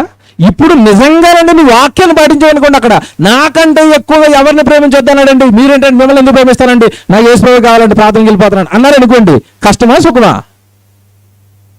ఎలాగండి ఇప్పుడు మనం ఇంతకాలం ఎందుకు రాలేదు శ్రమలు అంటే, అసలు బైబిల్ చదువుకుని బైబిల్లో ఉన్నవి మన బ్రతుకుల్లోకి తెచ్చుకోలేదు కనుక ఏమి రాలేదు. తెచ్చుకుంటే రావా కష్టాలు? బైబిల్ నేను పాటిస్తానంటే రావా? నాకంటే ఎక్కువగా ఎవరిని ప్రేమించొద్దన్నాడు కనుక మీకు ఇప్పుడు మీరు ఆలోచించండి. ఒక సంగతి చెప్తాను. మీకు బాగా దగ్గరోళ్ళండి, మీరంటే చాలా ఇష్టం, మీకు చాలాసార్లు సహాయం చేశారు, మీరంటే చాలా ఇష్టం, వాళ్ళకి మీరంటే ఇష్టం, చాలా ఇష్టం. పెళ్లి పెట్టుకున్నారు, కార్డు ఇచ్చారు, పెళ్లికి రమ్మని, పక్కనే పెళ్లి జరుగుతుంది. అదే రోజు పాస్టర్ గారు చర్చిలో మీటింగ్ పెట్టాడు. ఎవరినో దూరం నుంచి స్పీకర్ని పిలిచి, అమ్మా సంఘస్థులు ఎవ్వరు కూడా మీటింగ్ మిస్ అవ్వద్దు, దూరం నుంచి ఒక మంచి దైవజనుడు వస్తున్నాడు వాక్యం చెప్పడానికి, చర్చిలో చాలా పని ఉంటుంది, ఆ రోజు భోజనాలు ఉన్నాయి, మన సువార్త పని ఉంది, చాలా పని ఉంది, మీరు రాలేదంటే నాకు కష్టం అయిపోద్ది, ఎవరు మిస్ అవ్వకుండా ఆ రోజు పొద్దున్నే వచ్చేయండి, పనులు చేయాలా, వంటలు చేయాలా, సాయంత్రం మీటింగ్ అరేంజ్మెంట్లు చేయాలా అన్నాడు. అదే రోజు మీ బంధువులది ఏముంది? పెళ్ళి ఉంది. ఇప్పుడు చెప్పండి, యేసుప్రభు వాక్యాన్ని ఇక్కడ అప్లై చేద్దాం. ఏంటి? నాకంటే ఎక్కువగా మీరు ఎవరిని ప్రేమించినా మీరు నాకు పాత్రులు కాదన్నాడు కనుక, యేసుప్రభు ఎవరిని ఎక్కువగా ప్రేమించొద్దన్నాడు కనుక, నాకు మీటింగే కావాలని మీకు మీటింగ్ వేస్తారు. వాళ్ళు మిమ్మల్ని ఏం చేస్తారు చెప్పండి? టార్గెట్ చేయరు, నిందించరు. భక్తి ఉండాలి కానండి, మరీ అంత మూఢభక్తి ఉండకూడదండి. దేవుడు మనుషులు విడిచిపెట్టామన్నాడా అంటారా? అనరా? మమ్మల్ని అంటారండి, మేము ఎక్కడికి వెళ్ళమండి, నాకు అసలు పెళ్ళిళ్ళు లేవు, నాకు బర్త్డేలు లేవు, నాకు ఏమి లేవండి, దేవుడు మీటింగ్లకి తప్ప నేను ఏట్లకి వెళ్ళను. ఇప్పుడు అందరూ అంటారు, ఏటో మరి అదో జీవితమేనా సప్పగా, ఒక బూరు లేదు, ఒక గారు లేదు. ఏమండి ఏం కావాలట? బూర్లు, గార్లు, బిర్యానీలు, సుఖాలు, ఆనందాలు, పట్టుచీరలు, గలగల నగలు. ఎక్కడుంటాయి ఇవన్నీ? పెళ్ళిళ్ళలో. ఏమి లేవండి, ఏదో అలా బతికేస్తున్నారండి. నాకంటే ఎక్కువగా ఎవరిని ప్రేమించొద్దన్న వాక్యాన్ని పాటిస్తే జీవితంలో ఏమొస్తాయి? శ్రమలు వస్తాయి. Very good. ఒకటి చెప్పాను ఉదాహరణ మీకు. ఇంకోటి చెప్తాను. మీరు సర్వలోకానికి వెళ్ళి సర్వ సృష్టికి ఏం చేయమన్నాడు? సువార్తను ప్రకటించండి అన్నాడు. సువార్తను ప్రకటించడం అంటే ఇదే. ఈ మోషే గారి కుటుంబం ఈరోజు సువార్తను ప్రకటించడానికి 2 రోజులు సభ పెట్టింది. ఏమండి ఈ కుటుంబానికి ఈరోజు శ్రమలా, సుఖమా, ఆనందమా? ఏముంటుంది? పొద్దునుంచి ఇప్పటి వరకు ఎండలో పడి స్టేజీలు తెచ్చుకున్నారు, వంట సామాన్లు తెచ్చుకున్నారు, కిరాణా తెచ్చుకున్నారు, ఎండలో పొయ్యిలు పెట్టి వంటలు చేశారు, ఎవరు లైట్లు కట్టారు. ఏంటండి ఇదంతా? ఏంటిది? శ్రమ. సువార్త చేయమన్నాడు గనక నేను సువార్త చేస్తాను అంటే ఆ సువార్త పనులు ఏమొస్తాయి? శ్రమలు వస్తాయి. ఇప్పుడు చెప్పండి క్రైస్తవులకి ఎందుకు రావటం లేదు? ఇప్పుడు చదవండి. అది తిమోతికి రాసిన 2వ పత్రిక 3వ అధ్యాయము 12వ వచనం. క్రీస్తు యేసునందు సద్భక్తి, వాక్య సంబంధమైన భక్తి జీవితాన్ని నువ్వు ప్రారంభిస్తే నీ జీవితంలోకి ఏమొస్తాయట? హింసలు వస్తాయి, నిందలు వస్తాయి, గేలి చేస్తారు, అవమానిస్తారు, తిడతారు, దూరం పెడతారు, బోళ్ళని వచ్చేస్తాయి నీ జీవితంలో. ఏది భక్తి? అది అన్నీ దేవుడే నాకన్నా అంత భక్తిలోకి నువ్వెక్కడ వచ్చావు? వాక్య సంబంధమైన భక్తిలోకి. ఆ భక్తిలోకి వస్తే శ్రమలు వస్తాయి, కష్టాలు వస్తాయి, కన్నీళ్ళు వస్తాయి, వేదనలు వస్తాయి. మీకు ఒకరిని జ్ఞాపకం చేస్తాను ఇప్పుడు. ఎవరిని? యేసుక్రీస్తుల వారిని వెంబడించిన అపోస్తులను జ్ఞాపకం చేస్తాను. అపోస్తులు యేసుక్రీస్తుల వారు పరిచయం అయిన తర్వాత సమస్తాన్ని విడిచిపెట్టారా? వలలు విడిచిపెట్టారు, వాళ్ళ స్వగ్రామాన్ని విడిచిపెట్టారు, వాళ్ళ సొంత వాళ్ళని విడిచిపెట్టారు. యేసుప్రభు ఏ ఊరు తిరగమంటే ఆ ఊరు తిరుగుతున్నారు, ఎక్కడికి తిప్పుతుంటే అక్కడికి వెళ్తున్నారు. యేసుప్రభు వాక్యం నేర్పిస్తున్నాడు, ఆ వాక్యం నేర్చుకుంటున్నారు. కొన్ని సార్లు అన్నం ఉండటం లేదు, ఉపవాసంతో ఉండిపోతున్నారు. గ్రామాన్న దేవుడు దేవుడు దేవుడు దేవుడు దేవుడు దేవుడు అనుకుంటూ సువార్త పక్షాన పరుగులు పెడుతున్నారు అపోస్తులు. పైగా ఒక పక్క యేసుక్రీస్తుల వారు వెనక్కి వెళుతున్నప్పుడు ఎన్ని నిందలు వచ్చాయో, ఎన్ని హింసలు పొందారో, ఎన్నిసార్లు వాళ్ళు అవమానించబడ్డారో మీకు తెలియదు కాదు. యేసున్నప్పుడే కొద్ది కాలానికి యేసుక్రీస్తుల వారిని సిలువేశారు. యేసుక్రీస్తుల వారిని సిలువేసిన తర్వాత యేసు ప్రభు ఉండగానే శ్రమలంటే యేసు ప్రభు వెళ్ళిపోయిన తర్వాత అపోస్తుల జీవితం ఎలా మారిపోయిందో తెలుసండి? మరింత వేదనలలోకి, మరింత కష్టాలలోనికి, మరింత శ్రమల్లోనికి అపోస్తుల జీవితం వెళ్ళిపోయింది. జాగ్రత్తగా వినండి దేవుని పిల్లలారా. భక్తి అంటే ఇది. ప్రభు బ్రతుకుండగా నా కోసం పని చేయమన్నాడు అని ప్రభు వెళ్ళిపోయిన తర్వాత కూడా ఆ మాటలను గుండెల్లో పెట్టుకునండి. వాళ్ళు సువార్త ప్రకటించడానికి వెళుతుంటే జైల్లో వేసేస్తున్నారు, కోడాలతో కొడుతున్నారు, హింసిస్తున్నారు, బాధపడుతున్నారు, బాధలు పెట్టారు. యాకోబు గారు నుండి వాక్యం ప్రకటిస్తున్నందుకు ఏం చేశారు తెలుసండి? తల నరికేశారండి. వాక్యం చెబుతున్నందుకే తల నరికారు. అపోస్తుల కార్యాలు చూడండి బైబిల్లో. అపోస్తుల కార్యాలు 12వ అధ్యాయానికి రండి అందరూ. అపోస్తుల కార్యాలు 12వ అధ్యాయము మొదటి వచనం చదవండి. అపోస్తుల కార్యాలు 12వ అధ్యాయం మొదటి వచనం అండి. దాదాపు అదే కాలమందు రాజైన హేరోదు సంఘపు వారిలో కొందరిని బాధ పెట్టుటకు బలాత్కారముగా పట్టుకొని, సంఘంలో ఉన్న వాళ్ళని ఏం చేస్తున్నాడట? బాధ పెడుతున్నాడట. ఈ రోజు మనకేమండి బాధలు? మనలో ఎవరండి బాధ పెడుతున్నారు? మనకు అన్ని పరిస్థితులు బాగుండా మనం దేవుడి పని ఎక్కడ చేస్తున్నాం చెప్పండి? ఆ రోజు దేవుడి పని చేస్తాను. ఎందుకంటే వాళ్ళకి బాధలండి, శ్రమలండి. జాగ్రత్తగా వినండి. ఏమండి? బాధ పెట్టుటకు బలాత్కారముగా పట్టుకుని యోహాను సహోదరుడైన యాకోబును ఖడ్గముతో చంపించెను. ప్రభు కోసం చావుకెళ్ళారట. ఎవడు? వీళ్ళిద్దరు అన్నదమ్ములు తెలుసు కదండి, యాకోబు, యోహాను. చివరిలో పత్రిక రాశాడు కదండి, ప్రకటన గ్రంథం, యోహాను సువార్త, యోహాను గారు రాసిన మొదటి పత్రిక. ఈ పత్రికలన్నీ రాసింది ఈయన సహోదరుని మధ్యలోనే చంపేశారండి ప్రభు నమ్మినందుకు. చంపిన తర్వాత ఇంకేం జరుగుతుందో చూడండి. ఖడ్గముతో చంపెను. ఇది యూదులకు ఇష్టమైన కార్యమని తెలుసుకుని పేతురును కూడా పట్టుకొనెను. చూసారా? ఒకరిని చంపుతున్నారట, ఒకరిని జైల్లో వేస్తున్నారట, ఒకరిని బాధ పెడుతున్నారట, యోహాను గారిని పట్టుకెళ్ళి పత్వాసు దీపంలో పడేశారట. ఏమంటే మనకి ముందు బ్రతికిన భక్తులు యేసు ప్రభు కోసం ఎన్ని శ్రమలు పడితే ప్రభువుని నమ్మిన నీకేమిలో అంటున్నారంటే ఈ కాలంలో బాధ ఏంటండి ఇలా మార్చేశారు? అది మనం ఎందుకంటే నమ్మి మోసపోతున్నాం? అది మనం ఎందుకు అబద్ధపు బోధలో ఉంటున్నాం? ఆ మోసాన్ని మనం ఎందుకు నమ్ముతున్నాం? ప్రభుకు శ్రమలట, ప్రభువు నమ్మిన అపోస్తులకు మరణాలట, ప్రభువు నమ్మిన అపోస్తులకు జైళ్ళట, ప్రభువు నమ్మినందుకు పత్రాసి దీపంలో వెలువేసి పడేస్తారట, తిండిలేని దగ్గర ఎవడు బంధించేస్తారట, శ్రమలట, కష్టాలట, కన్నీళ్ళట. ప్రభువులోకి వచ్చిన తర్వాత సువార్త పక్షాన ఈరోజు క్రైస్తవుడికేమో సుఖాలట. దారి తప్పింది భక్తి, దారి మళ్లించింది దయ్యం. ఒకప్పుడు అపోస్తలులు ప్రభు కోసం ఎంత చేస్తే కనీసం ఒక సభట్లువా, కనీసం ఒకరిని ప్రభువులోనికి నడిపించవా, ఒక్కరికైనా ఆయన గురించి చెప్పవా, ఏదో ఒక శ్రమ, ఏదో ఒక బాధ ఆయన పక్షాన్ని నువ్వు భరించవా? అదేంటండి, తలనరికిన ఆయన పరలోకం వెళతాడు, అపోస్తలులు పరలోకం వెళ్ళిపోతారా శ్రమలు పడి? మీరు నేను ఏ పని చేయకుండా ప్రభువు నమ్మినందుకు, సువార్తను నమ్మిన తర్వాత సువార్తను ప్రకటించవలసిన బాధ్యత మనం ఏదుందని బైబిల్లో నీకు ప్రకటించిన తర్వాత కూడా విశ్వాసం ఉంచుట మాత్రమే కాక ఆయన పక్షాన్ని నువ్వు శ్రమ పడాలని బైబిల్లో ఫిలిప్పీ పత్రిక మొదటి అధ్యాయం 30వ వచనంలో రాసిన తర్వాత కూడా నేను ఏ శ్రమ ఎత్తుకోను, నాకు కష్టాలు లేవు, నాకు శ్రమలు లేవంటే ఎలాగండి ఇది? ఎలా సరిపోతుందండి బైబిల్కి మన భక్తి? ఎలా సరిపోతుంది మన భక్తి జీవితం బైబిల్కి? ఎలా సరిపోతుంది? మీరు ఆలోచించండి దేవుని పిల్లలారా. ఇప్పుడు చెప్తాను అసలు విషయం. ప్రభు కోసం శ్రమలు పడతారా? ప్రభు కోసం కష్టాలు పడతారా? ప్రభు కోసం ఏదో సువార్త సభలు పెడతారా? ప్రభు కోసం మీకు కష్టాన్ని ఇస్తారా? ఒక దైవజనుని తీసుకొచ్చి చెబుతారా? మీ గృహకోడికలు పెట్టి చెప్పుకుంటారా? ఎప్పుడైతేనండి మీరు ప్రభు పనిని ఎప్పుడైతే మీరు ఎత్తుకుంటున్నారో, జాగ్రత్తగా వినండి, చిన్న చిన్నగా ప్రభు పనిలోకి మీరు ఎప్పుడైతే వచ్చారో చిన్న కష్టాలు కూడా మీకు వస్తాయి. కానీ పని జరుగుతుంది, కష్టాలు వస్తాయి. అప్పుడే మీ తండ్రి మీ వెనకొస్తాడు, అప్పుడే వస్తాడు మీతో, అప్పుడే ఉంటాడు మీతో, అప్పుడే దక్కుతుంది ఆయన ఆదరణ మీకు. చెప్పలేదు ఇంతకాలం ఎలాగ ఎవరు మనకి పని చేస్తేనే ప్రభు మన వెనకొస్తాడని చెప్పలేదు. పని చేస్తున్నప్పుడు శ్రమలు వస్తాయి, ఆ శ్రమల్లో ఆదరించడానికి దేవుడు వస్తాడని చెప్పలేదు. మీకు మాట చెప్పాలండి, ఇది విడగొట్టకపోతే ఏమండి కన్ఫ్యూజ్ చేశారు మిమ్మల్ని ఎంతకాలం. ఇది విడగొట్టకపోతే మీకు అర్థమవుతుంది. ఏమండి శ్రమలు ఏమంటున్నారు అంటే, ఈరోజు ప్రార్థనలు ఎలాగ ఉన్నాయంటేనండి తప్పుడు ప్రార్థనలు అండి. అన్ని తప్పుడు ప్రార్థనలు అని ఎందుకు అంటున్నాను తెలుసా? ఒక వ్యక్తి దొంగతనం చేశాడు, జైల్లో వేశారు. జైల్లో నిలబడి అంటున్నాడు, అయ్యారు నాకు శ్రమ వచ్చింది ప్రార్థన చేయండి అన్నాడు. ఇప్పుడు ఈ శ్రమ కోసం మీరు ప్రార్థన చేయాలా చెప్పండి? మీరు మనసు పెట్టి ఆలోచించండి.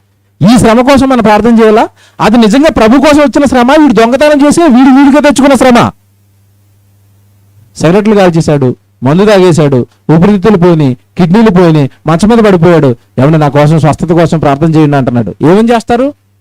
ప్రభా వీడు కిడ్నీలు బాగు చేయండి, వీడు ఊపిరితిత్తులు బాగు చేయండి. చేస్తే మళ్ళీ బాటిల్ పెట్టుకుంటాడు, మళ్ళా సిగరెట్ తాగుతాడు, బజ మీద పడిపోయాడు. ప్రభా శ్రమ చూడండి ప్రభా అంటవా?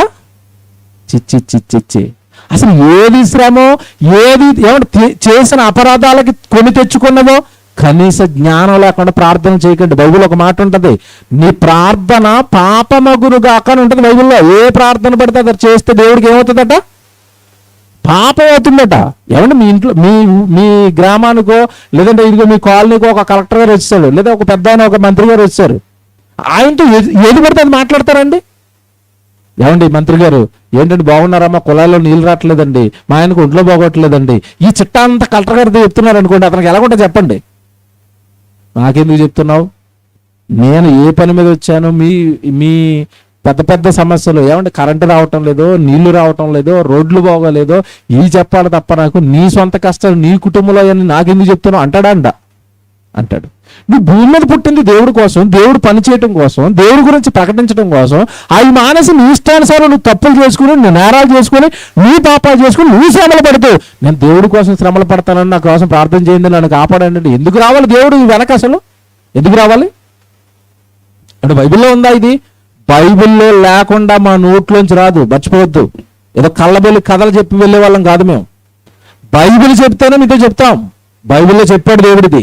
నీ ఇష్టానుసారం నువ్వు శ్రమలు పడి, నీ ఇష్టానుసారం నువ్వు నీ నెత్తి మీదకి ఏవేవో తెచ్చుకొని, నువ్వు పాడు చేసుకుని, నువ్వు శ్రమల్లోకి వెళ్ళి, నువ్వు కష్టాల్లోకి వెళ్ళి, నీ పాపాల కోసం, నీ నేరాల కోసం నువ్వు శ్రమలు తెచ్చుకొని, వాటిని దేవుడి శ్రమలుగా, దేవుడి కష్టాలుగా మీరు చెప్పకండి. సువార్త పక్షాన్ని వస్తే చెప్పండి. ఎవరికో దేవుడి గురించి చెప్పడానికి వెళ్ళండి, నేను యాక్సిడెంట్లో పడిపోయానండి, వాకింగ్ చెప్పడానికి వెళుతూ పడిపోయానండి, యాక్సిడెంట్లో వాకింగ్ చెప్పడానికి వెళుతూ కాళ్ళు ఎరగొట్టుకున్నానండి, వాకింగ్ చెప్పడానికి వెళ్తూ ఆరోగ్యం పాడైపోయిందండి. ఇదండి దేవుడి కోసం వచ్చిన శ్రమ. మన రాత్రి నుండి ప్రకాశం నుంచి నేను విజయవాడ వెళ్తున్నాను. మధ్యరాత్రి 12 గంటలకి ప్రకాశంలో బస్సు ఎక్కాను. విజయవాడ వెళ్ళిపోవాలి. 2-3 గంటలకి. అక్కడి నుంచి మళ్ళీ రాజమండ్రి వెళ్ళిపోవాలి, టైం లేదు. 10 గంటలకి రాజమండ్రి చేరుకోవాలి. త్వరగా రాత్రి మీటింగ్ అయిన తర్వాత అన్నం తిన కూడా త్వరగా ప్రయాణం చేస్తున్నాం. బస్సు వెళ్తుందండి, ఇలాగా హైవేలో బస్సు వెళ్తుంది, చాలా స్పీడ్గా హైవేలో అలా బస్సు వెళ్తుంది. బస్సు వెళ్తున్నప్పుడు అండి, రోడ్డు పక్క నుంచి చిన్న సర్వీస్ రోడ్డు ఉంటే, చిలకలూరుపేట అని గుంటూరు దగ్గర అండి, ఒక చిన్న రోడ్లోంచి ఒక జేసీబీ, మీకు తెలుసు కదా, పెద్ద పొడుగాటి తొండ ఉంటుంది. అది వాడు రాంగ్ రూట్లోనండి అసలు అలా తొండ వేసుకుని అలా రోడ్డు మీదకి వచ్చాడు. ఆ తొండ ముందు వచ్చేస్తుంది, బండి తర్వాత వస్తుంది. హైవేలో ఏమంటే 60-70లో ఉన్న ఈ బస్సు అండి పాప, ఆ తొండ దగ్గర ఈ పెద్ద ఆయన డ్రైవర్, ఆర్టీసీ డ్రైవర్ పెద్ద ఆయన ఏమంటే అద్దాలు పెట్టుకుని ఉన్నాడు. దగ్గరకు వచ్చేంత వరకు ఆ బండి కనపడలేదండి. దగ్గరకు వచ్చేసింది. ఇంకా ఏమంటే నిజంగా అతను కొంచెం తెలివిగా ఇలాగా రైట్ సైడ్కి బండి కట్ చేయటం వల్ల అండి, మధ్యలోకి వచ్చి బస్సు మొత్తాన్ని కొట్టేయాల్సిన తొండం లెఫ్ట్ సైడ్కి తగిలింది. లెఫ్ట్ సైడ్ అంతా మొత్తం డ్యామేజ్ అయిపోయిందండి. ఆయిల్ ట్యాంక్ పగిలిపోయింది, డీజిల్ గారిపోతుంది. కరెక్ట్గా కండక్టర్ ఎక్కడ ఉన్నాడు ఆ సీట్లో ఉన్నాను నేను. ఫ్రంట్ డోర్ అండి ఇలా బెండ్ అయిపోయి కరెక్ట్గా అలాగ నా దగ్గరికి అలాగ వచ్చి ఆగింది. అదే ప్రమాదం అండి. ఒకవేళ గట్టిగా జరిగింది అనుకోండి, శ్రమలు వస్తాయి, హాస్పిటల్ పాలైపోతాం, ఏ కాలేజ్ అయ్యో విరిగిపోద్ది. అప్పుడు అనాలి ఏమని ప్రభు కోసం శ్రమ వచ్చిందండి, ప్రభు కోసం కష్టం వచ్చిందండి. ఏమీ ఉండవు. ఊరి మీద పడి తిరగడానికి వెళ్ళాడు ఎక్కడికో పెళ్లికి, ఏదో ఆటో గుద్దేసింది, కింద పడిపోయాడు, కాలు ఇరిగిపోయింది, నా కోసం ప్రార్థన చేయండి, శ్రమలో పడిపోయాను. ఎక్కడికి వెళ్ళి పడ్డావు శ్రమలో? పెళ్లికి వెళ్ళా, చిచ్చి నీకోసం మళ్ళీ ప్రార్థన. ఏమని? ఈ కాలు బాగు చేసేయండి, ఇంకో పెళ్లికి వెళ్తాడనా? అసలు చూసారు దేవుడు అర్థమయ్యేలా చూసారా? బైబిల్లో ఉంది ఇది, నేను చెప్తున్నది. చూడండి, పేతురు గారు రాసిన మొదటి పత్రిక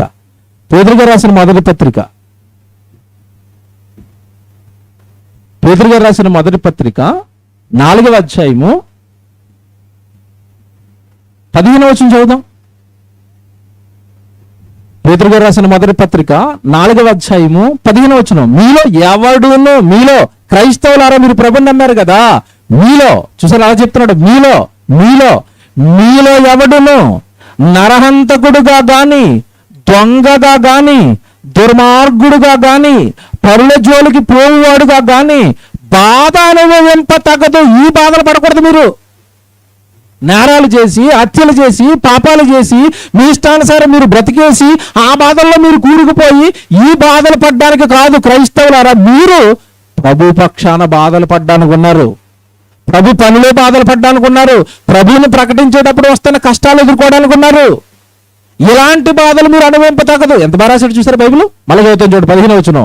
మీలో ఎవడును నరహంతకుడుగా గాని, దొంగగా గాని, దుర్మార్గుడుగా గాని, పరుల జోలికి పోవువాడుగా గాని బాధ అనుభవింపతగదు. ఊరకనే పరుల జోలికి వెళ్తే ఏం చేస్తారు చెప్పండి? వాళ్ళు ఏం చేస్తారండి? ఊరకనే మనుషులు బెదిరిస్తూ బ్రతుకుతున్నాడు, ఊరి మీద పడి బ్రతుకుతున్నాడు. ఎంతకాలం నడుస్తుంది అది ఆ అన్యాయపు జీవితం? ఎప్పుడో మనుషులు తిరగబడతారు, వెళ్ళిపోతాడు ఏ జైలుకో, వెళ్ళిపోతాడు ఏదో హాస్పిటల్కో.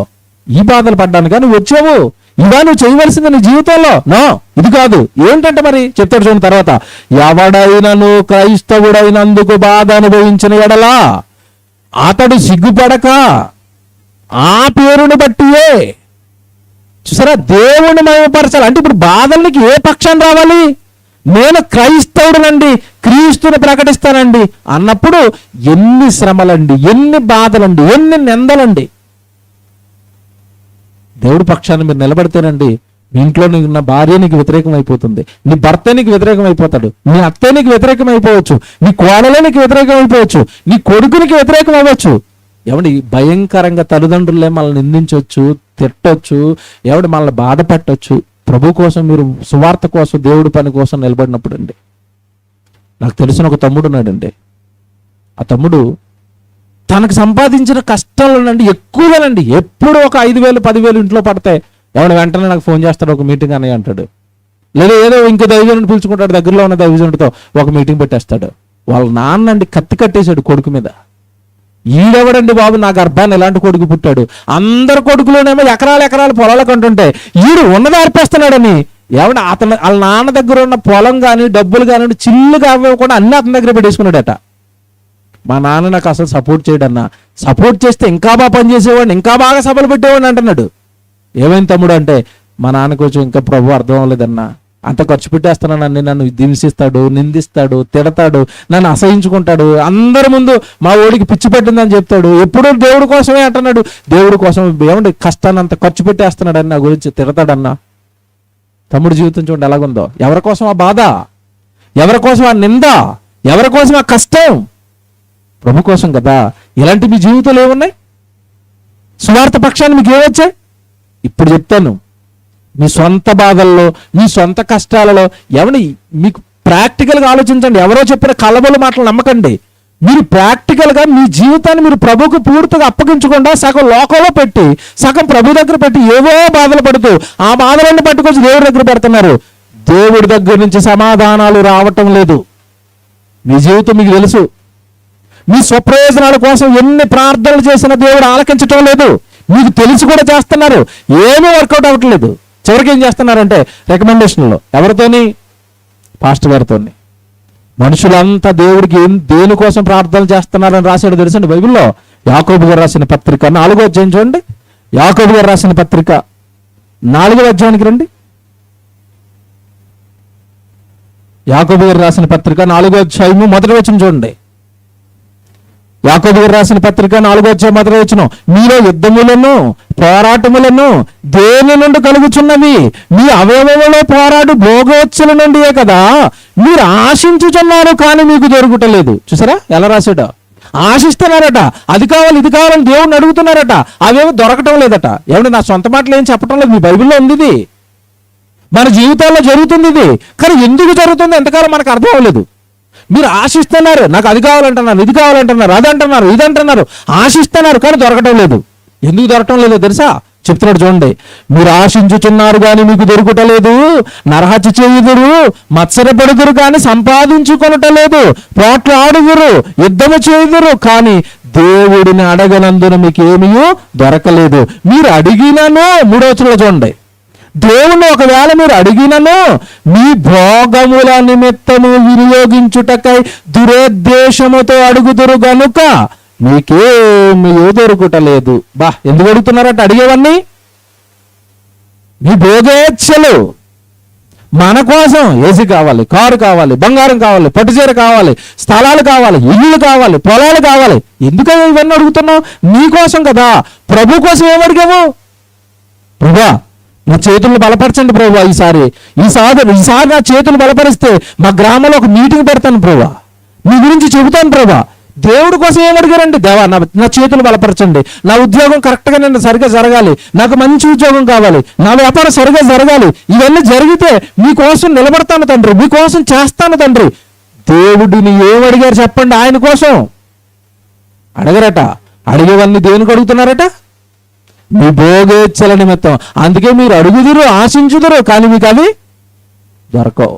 మీకోసం మీకోసం మీకోసం ఇంకేమి ఇవ్వాలి? ఈ విశ్వాన్ని కట్టాడు, కష్టపడి అంటే రాత్రి పగల్లో కొనకకుండా నిద్రపోకుండా ఈ విశ్వాన్ని నడుపుతున్నాడు. మీకోసం యేసుని వలేశాడు. ఇంకేం అడిగండి ఆయన బాధ పెడతారు చెప్పండి? నీకోసం ఏం చేయమంటారు తండ్రి? నీకోసం ఎక్కడ చెప్పమంటారు తండ్రి? ఏ ఆత్మని మీ వైపు నడిపించమంటారు తండ్రి? రక్షణ లేక దేవుని పిల్లలందరూ నాశనానికి పాతాళానికి వెళ్ళిపోతుంటే నమ్మిన నువ్వేమో ఈ సుఖభోగాలలో పడి అవే దేవుణ్ణి అడుగుతూ ఉండిపోతే దేవుడి పరిస్థితి ఏంటి చెప్పండి? ఈరోజు ఆయన బాధ ఎవరు తీరుస్తారు? ఆయన గురించి ఎవరు చెబుతారు? నశించిపోతాను ఈ ఆత్మల భారం బాధ్యత ఎవరిది చెప్పండి? ఎవరిది? మీది కాదా? నాది కాదా? దేవుడి గురించి చెప్పవలసిన బాధ్యత మనకు లేదా? ఆ పక్షాన శ్రమలు పడవలసిన బాధ్యత మనకు లేదా? అపోస్తులను జ్ఞాపకం చేసుకోవా? వాళ్ళ కష్టాలు జ్ఞాపకం చేసుకోవా? వాళ్ళు పరదేశికి వెళ్ళిపోయి హ్యాపీగా ఉన్నారా? ఈరోజు భూమి మీద ఉన్న 60-70 సంవత్సరాలు ఈ చిన్న జీవితకాలాన్ని ప్రభు కోసం పనిచేసి కష్టాలు పడి పరదేశికి వెళ్ళి హ్యాపీగా ఉన్నారే. నేనేం పని చేస్తున్నాను? రేపు నాకు మరణం వస్తే పరలోకానికి వెళతానా? ప్రభులో సరిగా ఉన్నానా నా భక్తి జీవితం అని ఎవరికంటే భయం ఉంది? మీకు చెప్తానండి. ఇప్పుడు అపోస్తులు అలాగా శ్రమలోకి వెళ్ళిపోతున్నారు కదా, కష్టంలోకి వెళ్ళిపోతున్నారు కదా, వాళ్ళకు ఒక మంచి మాట చెప్పాడండి ప్రభు. నాయనా నేను వెళ్ళిపోతున్నాను, నా తర్వాత ఈ వాక్యాన్ని పట్టుకుని మీరు వెళ్తున్నారు కదా, లోకంలో ఉన్న వాళ్ళందరూ కూడా క్రూరులు. వాళ్ళు మిమ్మల్ని బాధ పెడతారు, వాళ్ళు మిమ్మల్ని హింసిస్తారు, వాళ్ళని మిమ్మల్ని నిందలు పెడతారు, కొన్నిసార్లు జైల్లో కూడా వేసేస్తారు నా గురించి. మీరేం బాధపడకండి, మీకు శ్రమ వచ్చిన ప్రతిసారి మీతో తోడుగా మీ వెనక నేనున్నాను. శ్రమల్లో ఏమైపోతానో నేను బాధపడకండి, మీకు బాగా శ్రమలు వచ్చినప్పుడే మీ వెనక నేను వస్తున్నాను. ఒక మాట రాశాడు, నిజంగా మీరు ఆశ్చర్యపోతారండి మాట.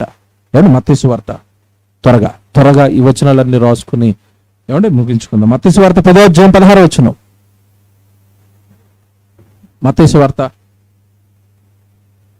10వ అధ్యాయము ఏమంటే 16వ వచనం. ఇదిగో తోడేళ్ల మధ్యకు గొర్రెలను పంపినట్లు ఇదిగో నేను మిమ్మల్ని లోకంలోనికి వాక్యం కోసం, సువార్త కోసం, ఆత్మల రక్షణ కోసం నేను మిమ్మల్ని పంపిస్తున్నాను. పావుల వలె వివేకులుగా ఉండండి, పావురం వలె నిష్కపటులై ఉండండి, మనుషులను గూర్చి జాగ్రత్త పడుడి. అబ్బా, యేసుబాబు ఏం చెప్తున్నాడు? మనుషులను గూర్చి జాగ్రత్త పడండి, మనుషులను గూర్చి జాగ్రత్త పడండి. అప్పుడప్పుడు నండి ఇల్లు కొన్న గేట్ల దగ్గర ఒక బోర్డు ఉంటుంది, ఏమని? కుక్కలు ఉన్నాయి జాగ్రత్త పడండి. యేసుబాబు అంటున్నాడు, కుక్కలు పర్వాలేదు, కాటేస్తే వ్యాక్సిన్ వేయించుకుంటే తగ్గుతుంది. కానీ మనిషి అంటాడంటే నిన్ను పాతాళానికి పంపేంత వరకు విడిచిపెట్టాడు, నిన్ను నాశనం చేసేంత వరకు విడిచిపెట్టాడు. వాడి ఇష్టాలు, వాడి స్వప్రయోజనాల కోసం బోధలు చేసి నీ ఆత్మను పాతాళానికి పోయేంత వరకు విడిచిపెట్టాడు. మనుషులను గూర్చి జాగ్రత్త. ఏం వింటున్నాం? ఎవరితో స్నేహంలో ఉన్నాం? ఎవరి ఇష్టాలు నెరవేర్చడానికి బ్రతుకుతున్నాం? నిన్ను పరలోకానికి చేర్చే, నిన్ను దేవుడిలో బాగు చేసే బోధలలో నిన్నుంచే వాళ్ళతో ఉంటున్నావా? నీ జీవితం ఏంటి? మనుషులను గూర్చి జాగ్రత్త పడండి. ఎందుకయ్యా జాగ్రత్త పడాలంటే ఇప్పుడు చెప్తారు చూడండి. తర్వాత వారు మిమ్మును మహాశ్రమలకు అప్పగించి మనుషులు తమ సమాజ మందిరములో మిమ్మల్ని కొరడాలతో కొడతారు, మిమ్మల్ని తిడతారు, జైల్లో వేస్తారు, మీకు శ్రమలు తెస్తారు.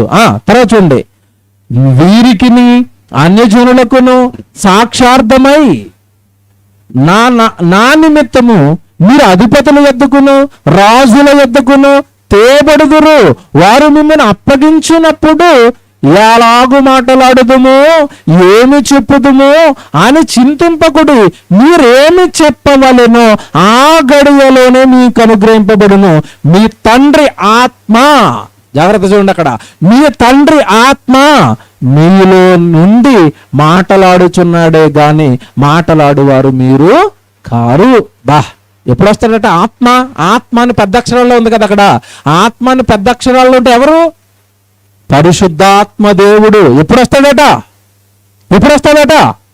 ప్రభు కోసం, సువార్త కోసం అన్యాయం అయిపోయి, జైలు పాలైపోయి, ఏం జరుగుతుందో తెలియక, ఏం మాట్లాడాలో తెలియక, అధిపతుల దగ్గర, న్యాయాధిపతుల దగ్గర, జడ్జి ముందు ఏం మాట్లాడాలో తెలియక నువ్వు నిలబడిపోయినప్పుడు, నాయన కొడుక, నా కోసం కదా శ్రమలోకి వెళ్ళావు, నా వాక్యం చెప్పు కదా జైలు పాలైపోయావు, నా కోసం కదా అక్కడ జడ్జి ముందు అమాయకుడిగా నిలబడ్డావు, ఏ తప్పు చేయకపోయినా, ఏ నేరం చేయకపోయినా నా కోసం కదా ఆ శ్రమ కోసం అక్కడ నిలబడ్డావు. కనుక నీకేమిస్తానో తెలుసా? పరిశుద్ధాత్మ దేవుణ్ణి నీ మీదకి పంపిస్తాను. నువ్వేం మాట్లాడవలసిన అవసరం లేదు, అన్ని ఆయనే మాట్లాడతాడు. ఎప్పుడు వస్తాడు పరిశుద్ధాత్మ దేవుడు? ఎప్పుడు వచ్చాడు? ఈ వాక్యం ప్రకారం ఎప్పుడు వస్తాడు? మనకి శ్రమలు వచ్చినప్పుడు వస్తాడు. కానీ మనకేం చెప్పారు పరిశుద్ధాత్మ దేవుడు రావడానికి? ఆదివారం రోజు ఎగరండి, గెంతండి, ఏడవండి, స్తుతించండి, అయ్యో ఆయన వస్తున్నాడు. ఎవరు? ఇదేంటిది? బైబిల్లోనేమో నువ్వు శ్రమ పడితే, దేవుడి పక్షాన్ని నువ్వు కష్టపడితే, నిన్ను కష్టాల్లోంచి బయటకు తీసుకురావడానికి పరిశుద్ధాత్మ దేవుడు వస్తాడు. బైబిల్లో ఉంటే ఎగురుతున్నప్పుడు, గెంతుతున్నప్పుడు, అల్లరి చేస్తున్నప్పుడు, కేకలేస్తున్నప్పుడు అప్పుడు వస్తాడు పరిశుద్ధాత్మ దేవుడు. ఎవరు చెప్పారు? ఎక్కడుంది బైబిల్లో అలాగా? బైబిల్లో ఎక్కడుందో నేను అడుగుతున్నాను. ఇంకోటి అడుగుతున్నానండి, క్రైస్తవం ఎవరు ఈరోజు క్రైస్తవ్యాన్ని భ్రష్టు పట్టిస్తున్నారు పరిశుద్ధాత్మ దేవుడి పేరుతో. పరిశుద్ధాత్మ దేవుడు వస్తే ఎగురుతారట, గెంతుతారట, కేకలేస్తారట. నేను అడుగుతున్నాను, ఇప్పుడు యేసుక్రీస్తు వారి మీదకి ఎవడు బాప్తిసం తీసుకున్నప్పుడు ఎవరు వచ్చారు? పరిశుద్ధాత్మ దేవుడు వచ్చాడు కదా. ఇప్పుడు యేసుప్రభు ఎగిరి గెంతేసి కేకలేసాడా? బైబిల్లో చూపించండి. అపోస్తుల మీదకి వచ్చాడు కదా. అపోస్తుల మీదకి పెంతుకొస్తానే పండగ దినాన్ని వచ్చినప్పుడు వాళ్ళు ఎగిరి గెంతులేసి డ్యాన్సులు వేసారా? బట్టలు చింపుకున్నారా? చీర ఎట్టిపోతుందో కూడా తెలియకుండా కింద పడి వెళ్ళేశారా? అవి చేశారండి క్రైస్తవ్యాన్ని. ఘోష ఇది. ఏమంటే నాశనం అయిపోతున్న ఆత్మల పట్ల వాక్యాన్ని ఎరిగి, దేవుడిని ఎరిగి మాకొస్తున్న ఘోష అండి, మాకొస్తున్న బాధ్యత. ఎందుకు ఇలా భ్రష్టు పట్టించారు క్రైస్తవ్యాన్ని? బైబిల్కు భిన్నంగా వాక్యం నేర్చుకోక, నేర్పించక, బైబిల్లో ఉన్నది ఒకటైతే పిల్లలకి ఇంకొకటి నేర్పి వాళ్ళ విశ్వాసాన్ని భ్రష్టు పట్టించండి, పాతాళానికి సిద్ధం చేస్తున్నారు. నీ మీదకి ఆత్మ వచ్చేది నీ మీదకి శ్రమ వచ్చినప్పుడు, దేవుడి పక్షాన కష్టం వచ్చినప్పుడు. ఇంకో సందర్భం చదివిస్తాను, ఎంత బాగుంటుందో మీరు ఎంత ఆనందపడిపోతారు చూడండి. పేతురు రాసిన మొదటి పత్రిక 4వ అధ్యాయానికి రండి, 14 వచ్చిన చదవండి.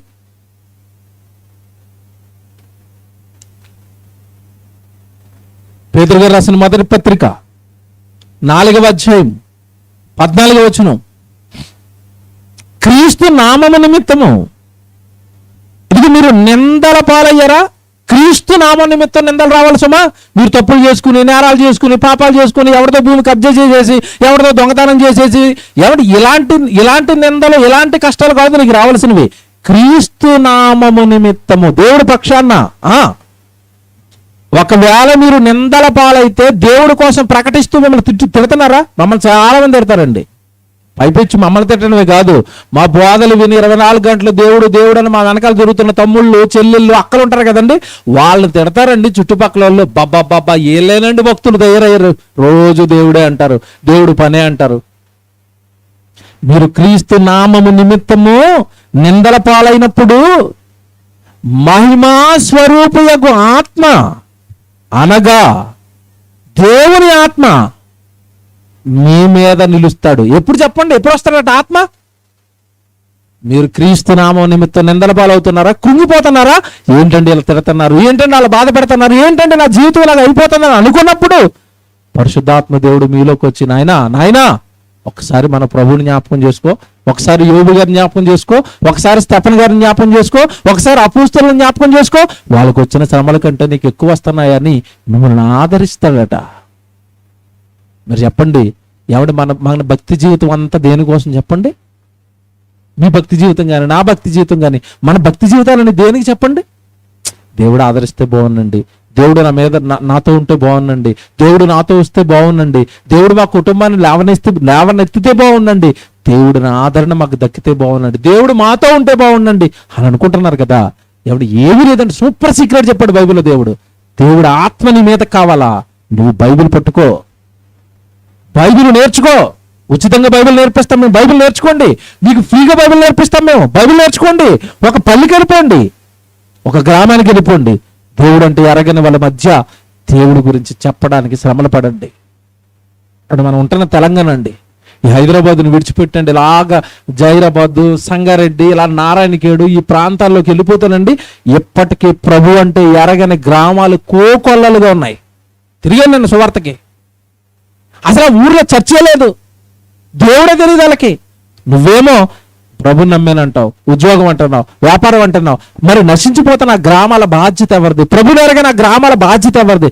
నువ్వుంటున్న రాష్ట్రంలోనే, నువ్వుంటున్న ఈ నీ చుట్టుపక్కల ఎన్ని గ్రామాలు ప్రభుని ఎరగని ఉంటే, నేను బైబిల్ నేర్చుకుంటానండి, నేను వాక్యం నేర్చుకుంటానండి, ఎక్కడో ఒక చోట సేవ చేస్తానండి, ఏదో గ్రామానికి నేను వెళతానండి ప్రభు కోసం చెప్పడానికి. ఎవరికండి ఇలాంటి మనసు ఉంది? ఈరోజు ప్రభువుని పట్టుకుని ఈరోజు ఇంకా శోధిస్తున్నారండి, నాకు అది కావాలి, ఇది కావాలి, అది కావాలి, ఇది కావాలి.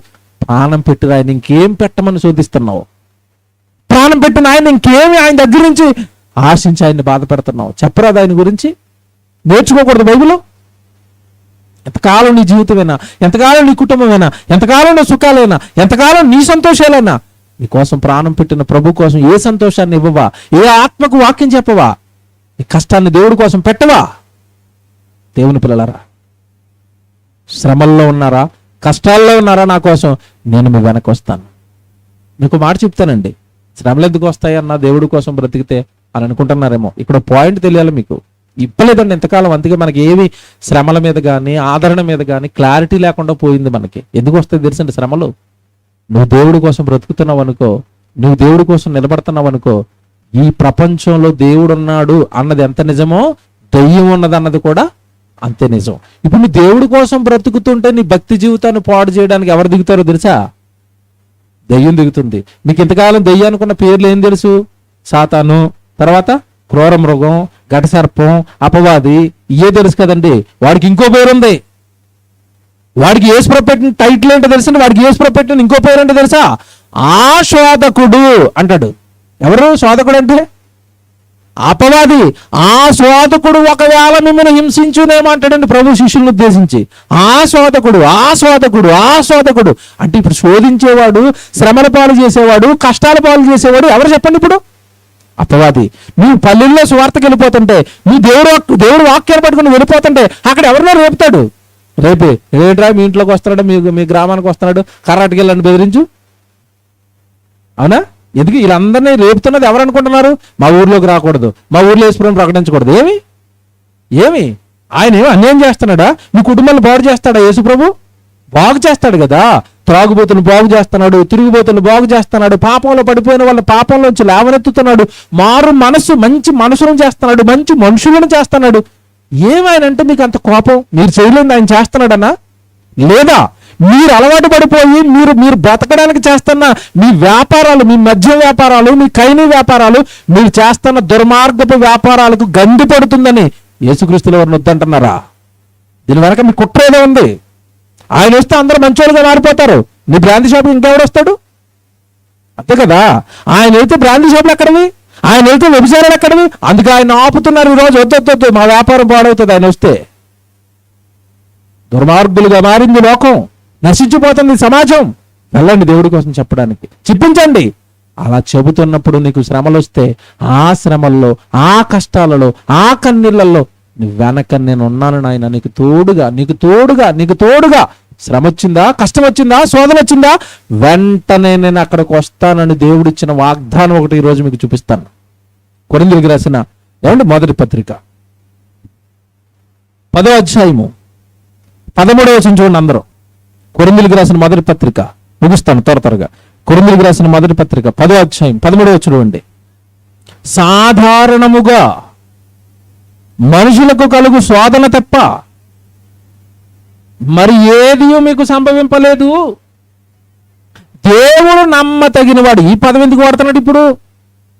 సాధారణముగా మనుషులకు వచ్చే శ్రమలు తప్ప నీకేమి పెద్దగా ఎక్కువ ఏమీ రాలేదు అని చెప్పి వెంటనే ఏమన్నాడు అక్కడ? దేవుడు నమ్మతగినవాడు అంటే అర్థం ఏంటంటే, నువ్వు వెళుతున్న శ్రమల్లోనో, నువ్వు వెళుతున్న కష్టాలలోనో, నీ సువార్త పక్షాన నీకు వస్తున్న శ్రమల్లోనో నిన్ను విడిచిపెట్టేవాడు కాదు, నమ్మతగినవాడు. ప్రభు కోసం శ్రమలు ఎత్తుకుంటావా? నీ వెనకే వస్తున్నాడు. నాయన ఏం కావాలి చెప్పు నీకు. ఏమన్నా నాకు యాక్సిడెంట్ జరిగిన వీడియో అండి, అక్కడి నుంచి వచ్చిన పిల్లలు కొద్దిమందికి పంపించానండి. నాయన మీరు ఎక్కించిన బస్సు ఇలాగ అయిపోయిందని.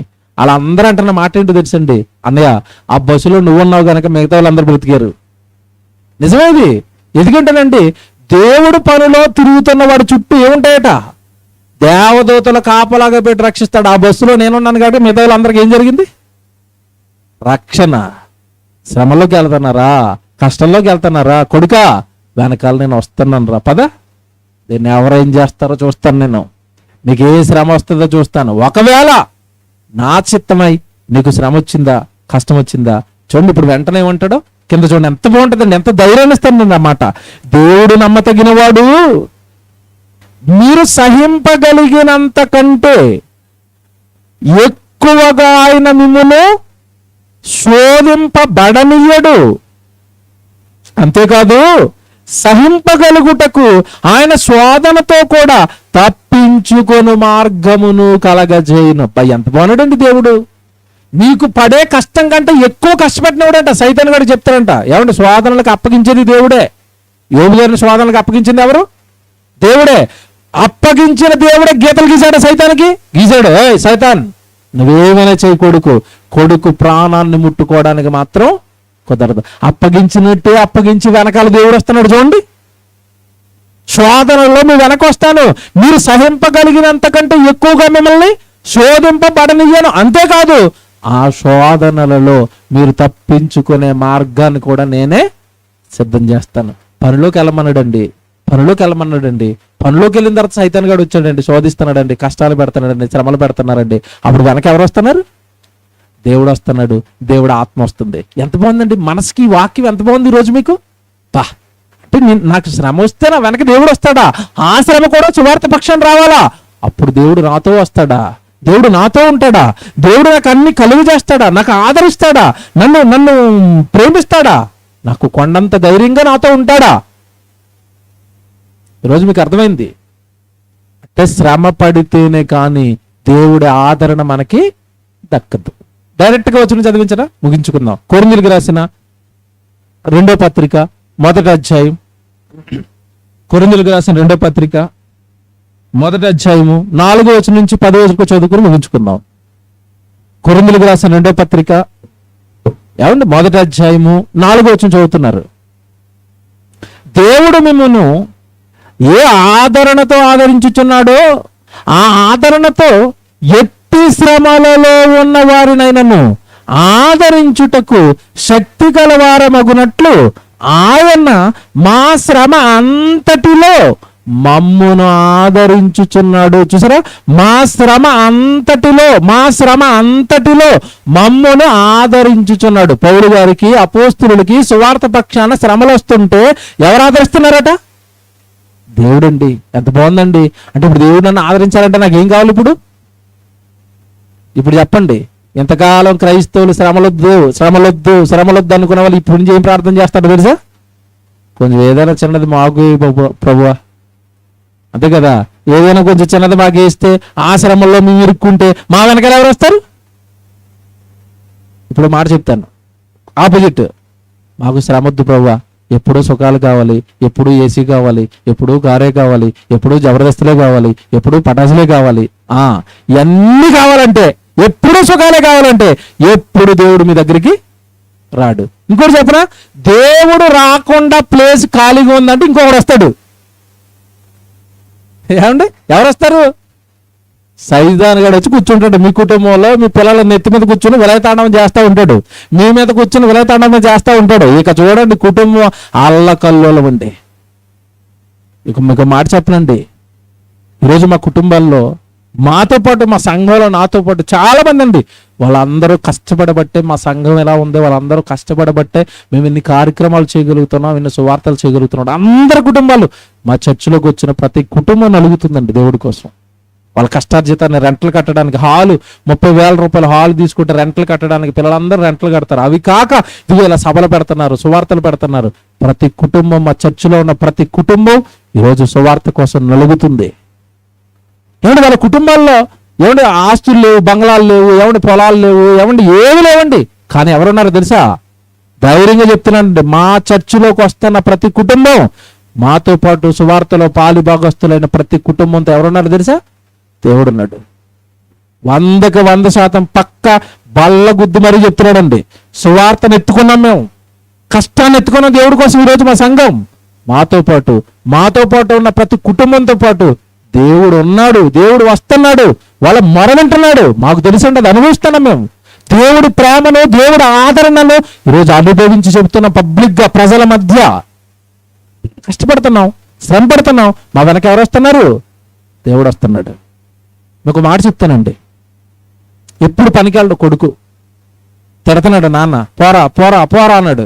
ఇంకొక రోజు ఏడు వీళ్ళ నాన్న తిడుతున్నాడు కదా, నువ్వు రోజు పలికిళ్ళాడు, పొలంలో వంగాడు, పని చేస్తున్నాడు, చెమటలు కారిపోతున్నాయి. ఏమండి, మధ్యాహ్నం అయింది, ఇంట్లో ఉన్నప్పుడు 3 పూటలు తిని పడుకునేవాడు. ఇప్పుడు పొలానికి వెళ్ళాడు, వంగాడు, అలసిపోయాడు. ఏమంటే ఆ కొడుకుని అలా విడిచిపెట్టేస్తాడా? అలా పనికెళ్ళిన కొడుకు కోసం వెనకాల క్యారేజ్ పెట్టుకుని నాన్న వస్తాడా? చేయక ఒక్కరోజు పొలంలోకి వెళితే వీడికి ఇంత పెద్ద క్యారేజ్, కింద పప్పు, ఆ పైన పెరుగు, ఆ పైన సాంబారు, అప్పడాలు. ఎందుకు? అయ్యగారు చాలా రోజులకి పనికి వెళ్ళాడండి. చూసారా, నువ్వు పని చేస్తే నీ నాన్నకి ప్రేమ, భూమి మీద సువార్త చేస్తే పరలోకంలో ఉన్న నీ కన్న తండ్రికి ప్రేమ. మర్చిపోవద్దు. చిన్న పని చేయండి దేవుడి కోసం. మా సంఘంలో ఉన్న పిల్లలండి వంటలు కూడా మా వాళ్ళే చేస్తారండి. వంట మేస్టర్లు పెట్టుకోం మేము. మా దగ్గర వంట మేస్టర్లు తయారయ్యారు. వాళ్ళు ఎండల్లో పడండి, కూరగాయలు కోసి, తెడ్డులు తిప్పి, ఆ పొయ్యిల దగ్గర నలిగిపోతుంటే, ఆ కష్టపడుతుంటే, ఆ శ్రమ పడుతుంటే ఎవరు వస్తారు చెప్పండి? వాళ్ళతో పాటు ఎవరు వస్తారు? ఏమి శ్రమ అండి, ఏమి కష్టం అండి. కొడుకు కూతురు నా కోసం నలిగిపోతుంది అక్కడ ఎండలో. దేవుడు వస్తాడు తెలుసా? దేవుడు వస్తాడు తెలుసండి. ఇంతకాలం ఎవరు చెప్పారండి మనకి? ఎవరు చెప్పరు. అక్కడికి వెళ్ళి గంతులేయండి, కేకలేయండి, దేవుడు వస్తాడు. ఎందుకు వస్తాడు? అల్లరి చేస్తుంటే. దేవుడు అల్లరికి కర్త కాడు. అల్లరి చేస్తుంటే దేవుడు ఎందుకు వస్తాడు? మాయ చేసింది మాయ బోధలు చెప్పి దెయ్యం ఎంతకాలం ఎగరండి, గెంతండి, దేవుడు వస్తాడు మీతో. ఎందుకు వస్తాడు?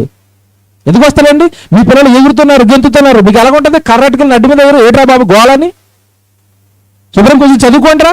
బైబిల్ చదువుకుంటారా, ప్రార్థన చేసుకుంటారా, ఏడ్రా ఎగురులు, ఏడ్రా గెంతులు. నీ పిల్లలు అల్లరి చేస్తే నువ్వు కరెక్ట్గా వెళ్తావా? నువ్వు ఎగురుతుంటే నీ దేవుడు నీ దగ్గరికి వస్తాడా? ఎవడు చెప్పాడు ఇది? బుద్ధులేని బోధలు చేసి క్రైస్తవ్యాన్ని భ్రష్టు పట్టించారండి. బైబిల్ చూడండి ఎంత బాగుందో. నాయన పని చేయకూడక నీ వెనక వస్తాను. పనిలో కష్టం వచ్చిందా, ఒక న్యాయాధిపతి ముందు నిలబడి ఏం మాట్లాడాలో నీకు అర్థం అవడం లేదా? నేను వస్తాను వెనకాల, నీకు అక్కడ ఏం మాట్లాడాలో నేను చెప్తాను. దేవుడు కష్టాల్లో ఉన్నప్పుడు, దేవుడు పనిలో ఉన్నప్పుడు, దేవుడు కదండి. టైటిల్ ఎంత బాగుంది, దేవుడిని ఆదరణను పొందే మార్గము ఇదే. పని చేయండి, శ్రమ పడండి. దేవుడు మీ వెనక రాకపోతే మమ్ములను అడగండి. కింద చదివేద్దాం, చదువు ముగించుకుందాం. తర్వాత వచ్చినాం క్రీస్తు యొక్క 6వ వచనం అండి. 6వ వచనం, మాయందు ఎలాగో విస్తరించుచున్నవో. ఏ శ్రమలంటే ఆయనలో విస్తరిస్తున్నవి? క్రీస్తు యొక్క శ్రమలు. జాగ్రత్తగా వినాలి. క్రీస్తు యొక్క శ్రమలు. క్రీస్తు యొక్క శ్రమలు ఏంటి? క్రీస్తు శ్రమలు ఆత్మను రక్షించడానికే క్రీస్తు శ్రమలన్నీ. ఆ శ్రమలు మాయందు ఉన్నాయి. నువ్వు అందరిలాగా లోకం కోసం, డబ్బుల కోసం, ఉద్యోగాల కోసం, వ్యాపారాల కోసం, ఆస్తులు కూడగట్టుకోవడం కోసం, వీటి కోసం మేము శ్రమ పట్టడం లేదు. మా శ్రమలు క్రీస్తు యేసు శ్రమలు, ఆత్మల రక్షణ సంబంధమైన శ్రమలు, దేవుడు పనికి సంబంధించిన శ్రమలు. ఎవడు 5వ వచనం ఎంత పొందించుచున్నావో అలాగే క్రీస్తు ద్వారా ఆదరణయు మాకు విస్తరించుచున్నది. శ్రమలు విస్తరిస్తున్నాయట, దాంతోపాటు ఏం కూడా విస్తరిస్తుందట? నిందించడానికో, ఎవరినో గేలి చేయడానికో మా మాటలు కాదు. మీరు బైబిల్లో ఉన్న వాస్తవాలు నేర్చుకోవాలి. బైబిల్లో ఉన్నవన్నీ చెప్పాను, ఆ సొంత మాట ఒక్కటి కూడా నేను చెప్పలేదు. కనుక బైబిల్ నమ్మండి, ప్రభుని నమ్మండి. శ్రమ పడితేనే ప్రభు వస్తాడన్నది వాస్తవం. నాకు ఒక ఉదాహరణ చెప్తాను చివరిగా. కుటుంబంలో 4 పిల్లలు ఉన్నప్పుడు అండి, 4 ఆడుకుంటారు. తల్లి 4 ఆహారం పెడుతుంది, 4 స్నానం చేయిస్తుంది, 4 ఈక్వల్గా ప్రేమిస్తుంది, స్నానం చేస్తుంది, 4 భోజనాలు పెడుతుంది, 4 పిల్లలకి 4 బాగా చూసుకుంటుంది. ఆ 4 ఒకడికి జ్వరం వచ్చింది, రోగం బారిన పడిపోయాడు, మంచాన పడిపోయాడు, లేవలేకపోతున్నాడు, తినలేకపోతున్నాడు. ఇప్పుడు తల్లి ఏం చేస్తా చెప్పండి? ఆ మంచాన పడిపోయిన వాడి దగ్గరే కూర్చుంటది. ఎప్పుడు వాడికి తడబట్టాడుతుంది, వాడికి అమృతాంజనం రాస్తూ ఉంటుంది, వాడికి అన్నం కలిపి అలాగ ముద్దలు, గోరు ముద్దలు తినిపిస్తూ ఉంటుంది. కొడుక ఎలాగుందరా, తగ్గిందా, టాబ్లెట్ వేసుకోరా, ఏమన్నా జ్యూస్ ఇమ్మంటావా, ఏమన్నా జావ కాసిమ్మంటావా, వేడి నీళ్ళు తాగుతావా, కొబ్బరి నూనె రాయమంటావా, అమృతాంజనం రాయమంటావా, ఎలాగుందరా నీకు, ఎలాగుంది అడుగుతుందా? అడగదా? తల్లి అడుగుతుంది. మీకు మాట్లాడుతున్నాను. ఇప్పుడు 4 పిల్లలు కదా, ఇప్పుడు ఇక్కడ 3 ఆడుకుంటున్నారు, ఒకడు మంచాన పడ్డాడు. ఇప్పుడు తల్లి మనసంతా ఎవరి మీద ఉంటుందో నాకు చెప్పాలి. మంచం మీద పడిన వాడి మీద తల్లి మనసంతా. ఈలోపు ఈ 3 ఆడుకుని వచ్చి అమ్మ అన్నం పెట్టాననుకోండి, ఒక్క కేకేస్తుంది, పండురా అతలికి పెట్టుకోండి, అక్కడ అన్నం ఉంది పెట్టుకోండి. ఏమి పోగలేదు మనసు. ఎందుకు? కొడుకు శ్రమల్లో ఉన్నాడు, కొడుకు కష్టంలో ఉన్నాడు. వీడు లేచి వాళ్ళ 4 పాటు ఆడుకునేంత వరకు తల్లి మనసు కుదురుపడదండి. నీకే ఇంత ప్రేమ ఉంటే నీ కొడుకు పడిపోతే, నువ్వు శ్రమలో పడిపోతే దేవుడు ఊరుకుంటాడా? మీకు విషయం తెలుసండి, ఈ ప్రసంగం ఇష్టమైపోయిన తర్వాత అండి అసలు ఇంట్లో ఉండబుద్ధి అవటం లేదండి. ఎంత పెద్ద శ్రమలోకి వెళ్ళిపోతే అంత బాగా దేవుడు వస్తాడు కనుక, దేవా ఇంకా పెద్ద పెద్ద పనులు మాకు అప్పగించండి, ఇంకా ప్రయాణాలు చేస్తాం, ఇంకా సువార్త కార్యక్రమాలు చేస్తాం, ఇంకా బరువులు ఎత్తుకుంటాం మీకోసం, ఇంకా బాగా చేస్తాం. మీ పనే కావాలి తండ్రి, మీ పనే కావాలి తండ్రి, ఇంకా బరువులు వేయండి మన ఎత్తి మీద. మీ సువార్త సభలు, మీ సువార్త కార్యక్రమాలు మేము మోస్తాం తండ్రి. అలా మేము నలిగిపోతుంటే మీరు మమ్మల్ని ఆదరిస్తారు కదా. మీ ప్రేమ కావాలి మాకు. మీకు కావాలా? పరలోకంలో ఉన్న కన్న తండ్రి ప్రేమ పని చేయండి, పనిలో శ్రమలు పడండి. ఇంకో మాట చెప్పనండి, భూమి మీద ఆదరిస్తాడండి, భూమి మీద మిమ్మల్ని ప్రేమగా చూసుకుంటాడు. ఈ శ్రమల్లో మన జీవితం ముగిస్తే ఏమిస్తాడని చదువుకున్న ప్రారంభంలో, మనము ఈ శ్రమలు అనుభవించి పరలోక రాజ్యములో ప్రవేశించారట. భూమి మీద ఆదరణట, భూమి మీద తోడట శ్రమ పడుతున్న వాడికి. ఆ శ్రమలకు గాను జీతం గాను పరలోకం కూడా ఇస్తాడట. ఇప్పుడు నేను అడుగుతున్నాను, ఈ సుఖపడేవాడి పరిస్థితి ఏంటి చెప్పండి? వీడికి భూమి మీద దేవుడు ప్రేమ ఉండదు, చచ్చిన తర్వాత పరలోకము ఉండదు. ఎవరు చెప్పారండి ఇలా విడదీసి చెప్పారు ఎవరైనా? రేపు రండి, మరొక అద్భుతమైన సంగతి బైబిల్లో నుంచి యేసు ప్రభు గురించి నేర్పిస్తాను. ఈరోజండి ఏ గ్రామానికి వెళ్ళినా, ఏ ఊరికి వెళ్ళినా యేసు ప్రభు గురించి వాగేవాళ్ళు ఎక్కువైపోయారు. ఆయన ఖ్యాతి ఏంటో, ఆయన గొప్పతనం ఏంటో, ఆయన ఎంతటి గొప్పవాడో గనుడో రేపు ప్రసంగంలో విందురుగా.